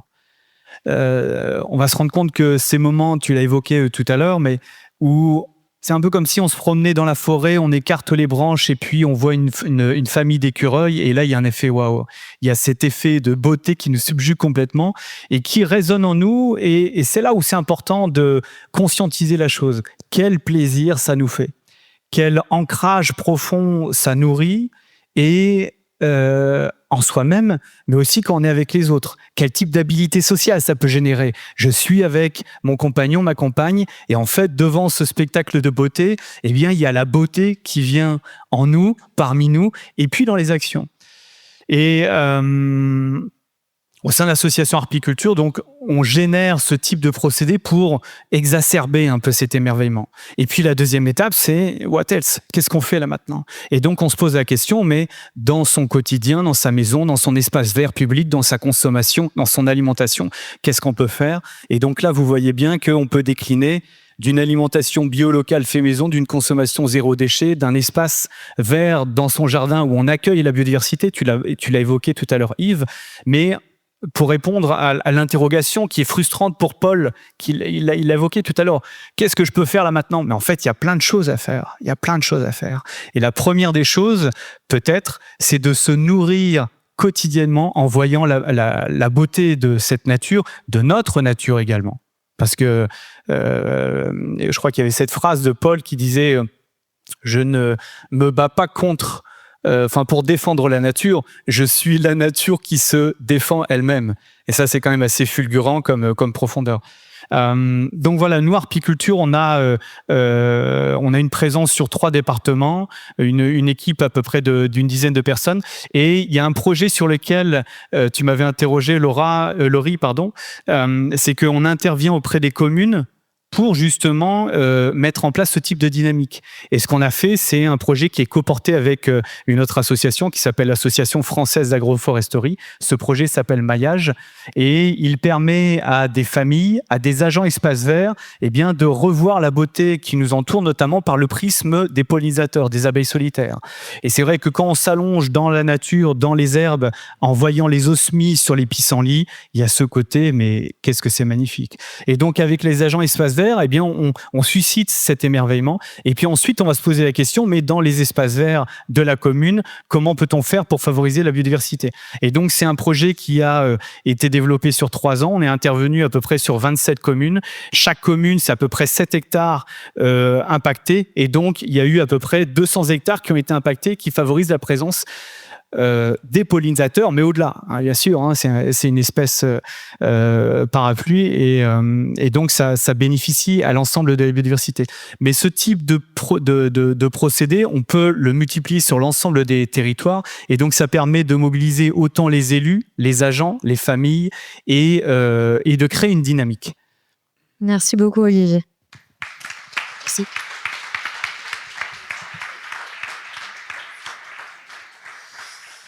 Je voudrais profiter du fait que nous parlions des écosystèmes pour faire une passerelle entre le monde de l'eau et le monde de la terre à travers un de nos organismes qu'on oublie bien souvent, ce sont les rivières, les cours d'eau, les fleuves.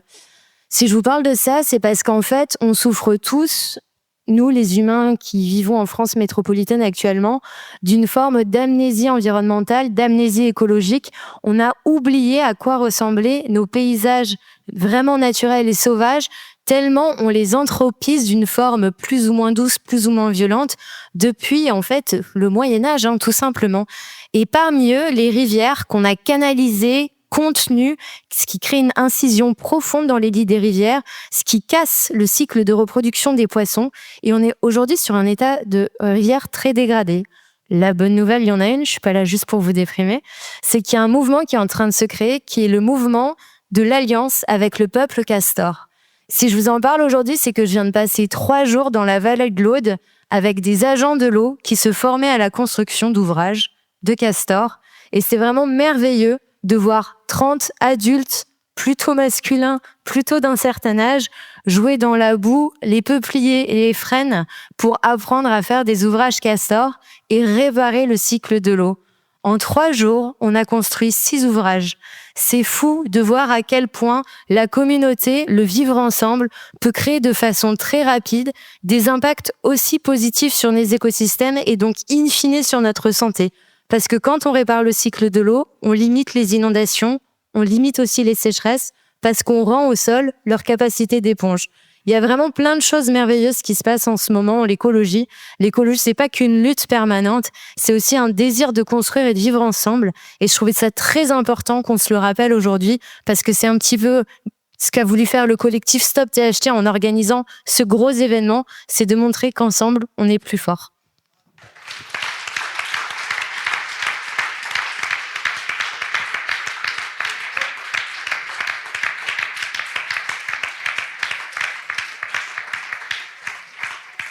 On a 3 minutes 30 de retard, mais est-ce qu'il y a quelques questions? Peut-être que je peux en prendre 3.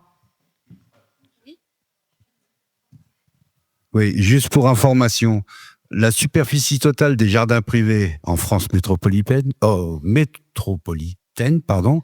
dépasse largement toutes les surfaces, les réserves naturelles des parcs nationaux en France. Ça veut dire en gros que si chacun fait attention, eh ben on recrée des corridors écologiques et que chacun à son niveau, on est capable de rétablir la situation sans attendre après qui que ce soit. Voilà, c'est tout.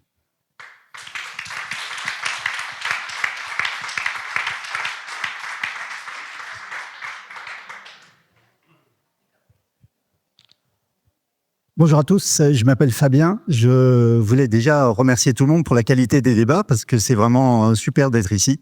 J'étais à Biarritz hier et je peux dire qu'aujourd'hui, c'est vraiment une assemblée extraordinaire. Vous abordez tous les sujets qui me sont chers aussi, parce que moi, je suis plusieurs casquettes, si je puis dire, plusieurs zones d'intérêt.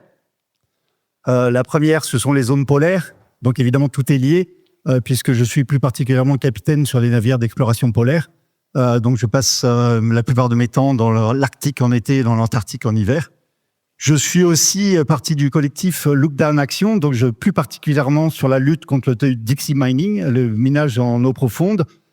Très d'actualité en ce moment, car jeudi dernier, Donald Trump vient de signer un executive order autorisant les compagnies à s'installer aux États-Unis et à miner dans les eaux américaines et les eaux internationales, ce qui évidemment est en contravention avec le droit international et les décisions de l'AIFM.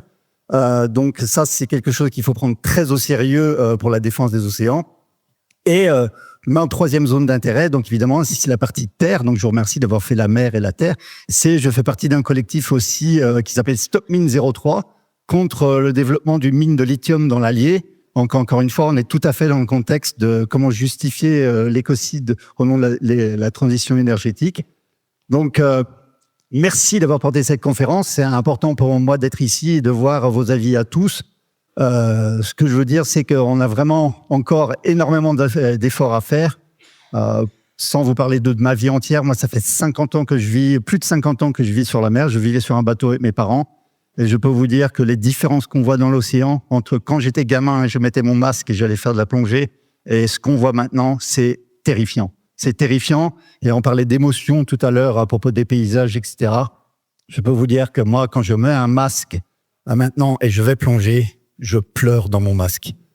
On a réussi à détruire la planète à un rythme absolument incontrôlable.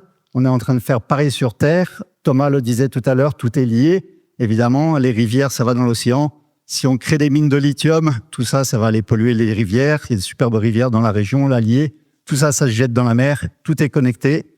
Et voilà, c'est vraiment dommage. Donc, merci à vous tous, Marie et tous les intervenants, d'avoir créé cette réunion, parce que c'est vraiment important de rappeler à tout le monde que il faut vraiment protéger notre planète.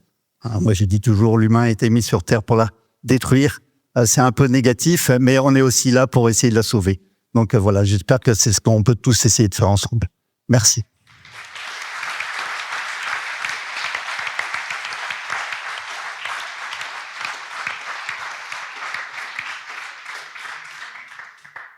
Oui, je veux bien réagir à ce que vous venez de dire, monsieur, notamment par rapport aux mines de lithium dans le projet de mine de lithium dans l'Allier.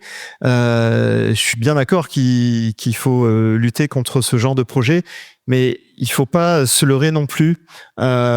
Si on s'active et si on milite, si on fait plein de choses pour protéger nos écosystèmes chez nous, ça doit pas nous dédouaner de se dire que quand on a ça, et on l'a tous quasiment, et ici j'imagine, si le lithium il vient pas de chez nous, bien évidemment aujourd'hui, le coltan, le cobalt, etc., ça vient du Kivu, qui est une zone du Congo où c'est beaucoup d'enfants qui sont esclavagisés pour extraire ce que nous avons tous dans la poche. Et donc, c'est véritablement dans cette transformation de nos habitudes, même si ça vient pas de chez nous, parce que souvent on a tendance à vouloir protéger nos écosystèmes, mais en achetant ce qui vient d'ailleurs. Donc, c'est véritablement, on doit véritablement se freiner, mais massivement sur la question des technos. C'est considérable, sans parler des satellites qui sont en train d'inonder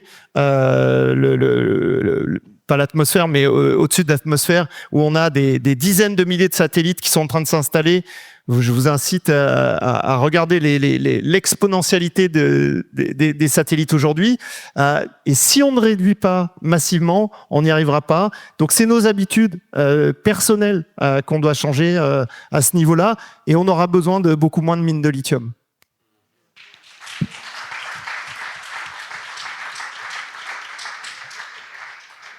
Pour faire suite à ce que vient de dire Philippe, consommer, ça veut dire détruire, épuiser. C'est-à-dire qu'à chaque fois que l'on consomme, même si ça part d'une bonne intention, en fait, on va puiser dans les ressources.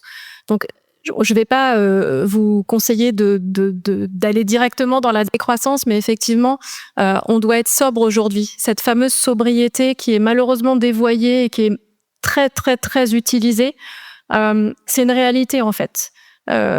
Plus on va consommer, plus on va détruire les écosystèmes, plus on va aller puiser dans les ressources. Et en fait, si on change nos comportements de consommateurs, nos comportements de mangeurs, en fait, on peut faire des choses. Et pour avoir une note positive quand même par rapport à ce que vous avez dit, c'est qu'en fait, chaque geste compte. Même si chacun de nous, on fait un seul petit changement à une échelle collective, ça sera un changement majeur. Alors effectivement, il y a des décisions politiques qui doivent être prises et on va pas se le cacher en ce moment, c'est pas trop la direction qui est prise. Mais si nous, en tant que citoyens, on peut déjà faire des choses, Yves parlait des jardins, on peut changer peut-être son mode de consommation alimentaire. On a parlé de zéro déchet tout à l'heure. On n'est pas obligé de se racheter un t-shirt neuf toutes les semaines. C'est pas nécessaire. C'est pas ça qui va nous rendre plus heureux. Voilà, toutes ces petites choses-là, en fait, vont contribuer justement à avoir moins d'impact sur les écosystèmes, la biodiversité, le fameux changement climatique et les pollutions chimiques. Et du coup, la santé.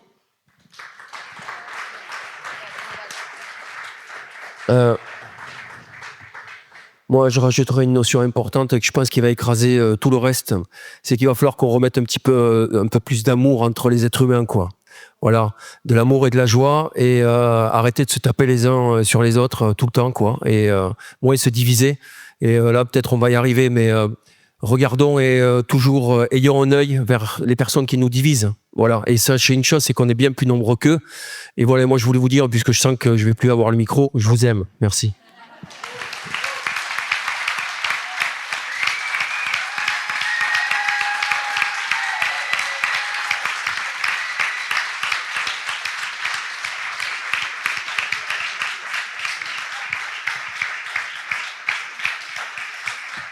Merci tout le monde pour votre qualité d'écoute. On a déjà dépassé le temps prévu de 12 minutes. Donc, merci beaucoup d'être restés jusqu'à présent. Et je vais rendre le micro à Marc et à Marie. Merci.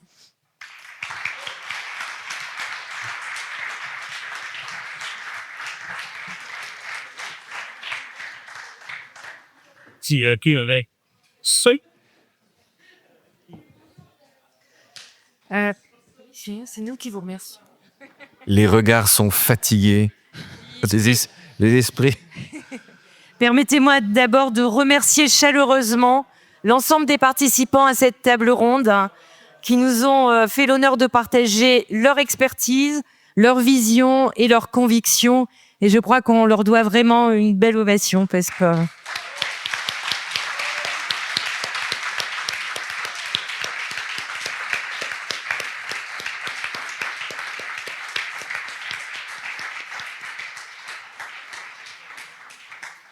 Ils ont nourri le débat avec intelligence et bienveillance. Merci Thomas. Et leur présence, leurs échanges, leurs réflexions sont extrêmement riches et ont largement contribué à la qualité et à la profondeur de cette rencontre. Donc merci vraiment d'avoir participé à cette table ronde. Nous aimerions aussi maintenant remercier et exprimer notre gratitude à l'égard de tous nos partenaires et nos soutiens, sans qui ce travail n'aurait absolument pas été possible. Nous allons remercier en premier Sea Shepherd France, notamment Paul pour sa visite.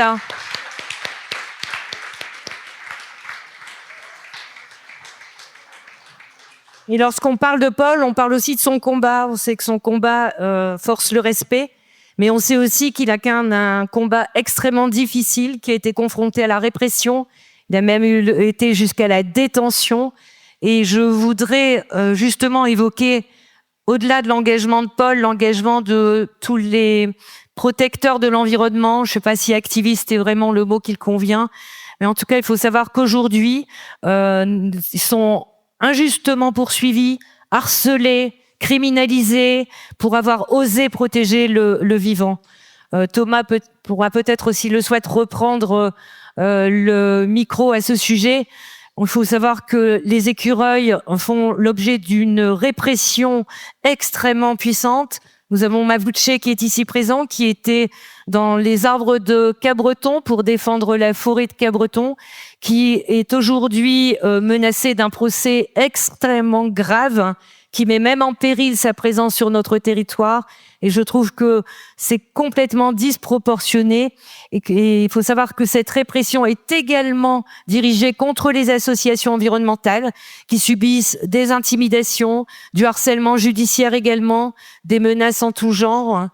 Je crois qu'il faut revenir au débat, défendre les océans, dénoncer les crimes environnementaux, s'opposer à des intérêts puissants, généralement économiques, également politiques, malheureusement. Tout cela ne peut malheureusement pas exposer ceux et celles qui s'engagent à des formes de persécution. Et je crois qu'il est de notre responsabilité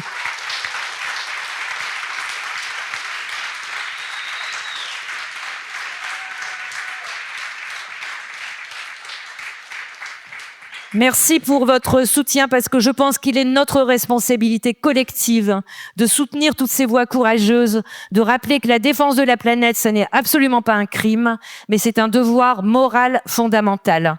Donc merci pour votre soutien. Je continue donc avec nos partenaires.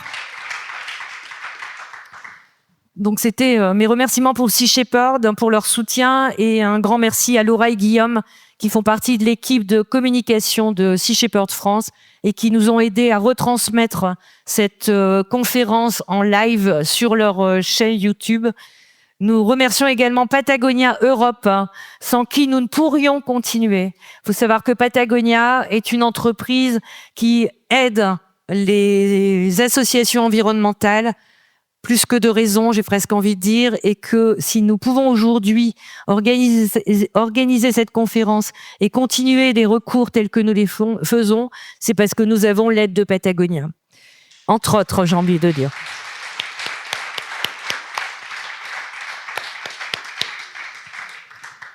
Je voudrais aussi dire merci à Sève la Marmette qui est avec nous depuis le début et qui aujourd'hui a animé un atelier créatif pour occuper les enfants. Je pense que c'est important également. Je voulais également remercier la ville de Seignos pour son soutien, qui a toujours été indéfectible, qui aujourd'hui, si nous pouvons faire cette conférence dans cette salle, c'est grâce à la mairie, grâce au maire qui nous l'a prêté gratuitement, et également les remercier parce que c'est aujourd'hui la seule mairie qui œuvre.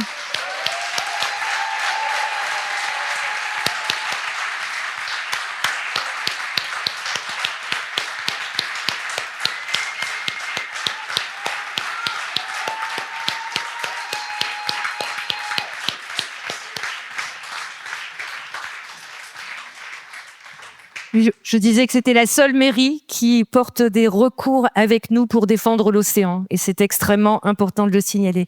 Je voulais aussi remercier le GNSA. Alors, Thomas était là, mais le GNSA national, mais également les antennes de Chalosse, les antennes de Bordeaux se reconnaîtront pour leur soutien et pour leur aide. Parce que si nous avons eu effectivement des écureuils sur Hossegor et sur Cabreton, c'est avec leur soutien que cela a pu se faire. Je voulais également remercier Nouveau Cap pour leur soutien depuis le début, pour leur soutien sur la base justement des expertises scientifiques, c'est-à-dire que depuis le début, Nouveau Cap demande à ce que l'avis du CNPN soit respecté. Et je voudrais également remercier en l'occurrence Serge et Anne Makoviak, qui sont magistrats tous les deux et qui nous aident également dans nos recours avec une expertise et une analyse juridique qui nous aident énormément.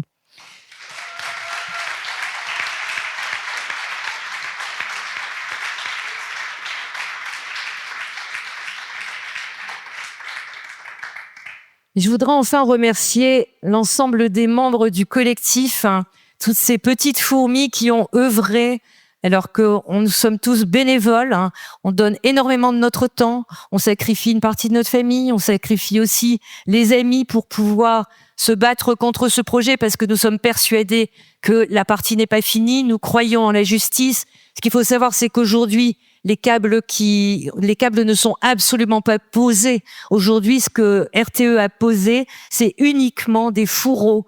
Donc, ça impressionne tout le monde et la population se dit, bon, maintenant, ça y est, c'est fait. C'est un peu ce que je vous expliquais tout à l'heure dans la théorie du fait accompli. Sachez que le câble n'est pas là. Et tant que le câble n'est pas branché, nous nous battrons.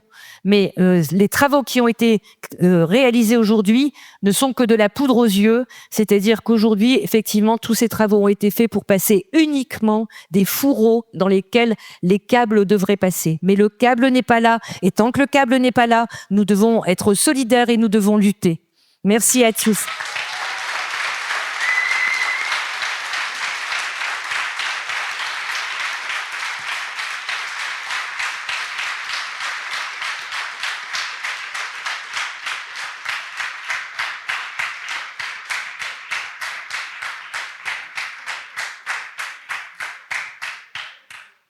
On doit aussi remercier l'équipe technique.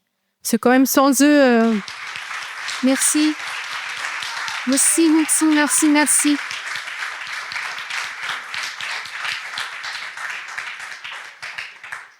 Donc, dans l'équipe technique, on remercie New Kid Production, Salty Film Videography and Photography, excusez-moi pour mon anglais. Corinne Describats aussi pour la photo, qui est toujours avec nous. Coco, je ne sais pas où tu es, mais elle était là tout le temps. Ah, elle est là. Merci. South Haven, Christian Van Kles aussi, qui est avec nous cette année. Merci beaucoup, Christian. Will Graham, Caroline Custom, qui nous fait des jolis dessins sur nos t-shirts pour la com, qui est aussi une artiste locale qui nous suit tout le temps. Merci beaucoup. Tous les commerçants locaux qui nous soutiennent, en particulier ceux qui ont soutenu cet événement. On a Intermarché Sorsosegor qui se bat avec nous et qui se bat dans les recours aussi.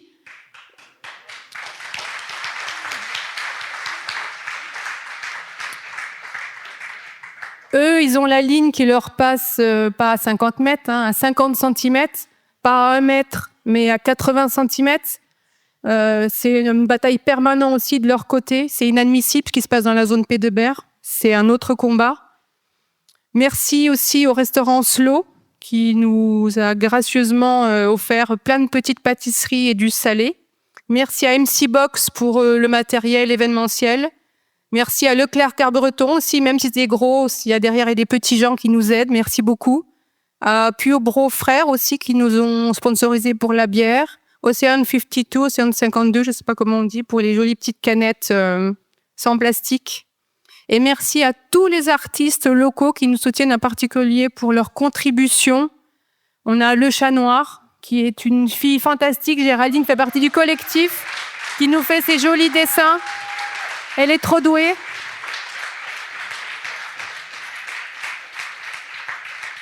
Elle fait ça avec tout son amour. C'est une fervente défenseur de Sea Shepherd également. On a des gens fantastiques dans le collectif. Merci les filles, merci les gars. Sans vous, rien ne serait possible. Merci.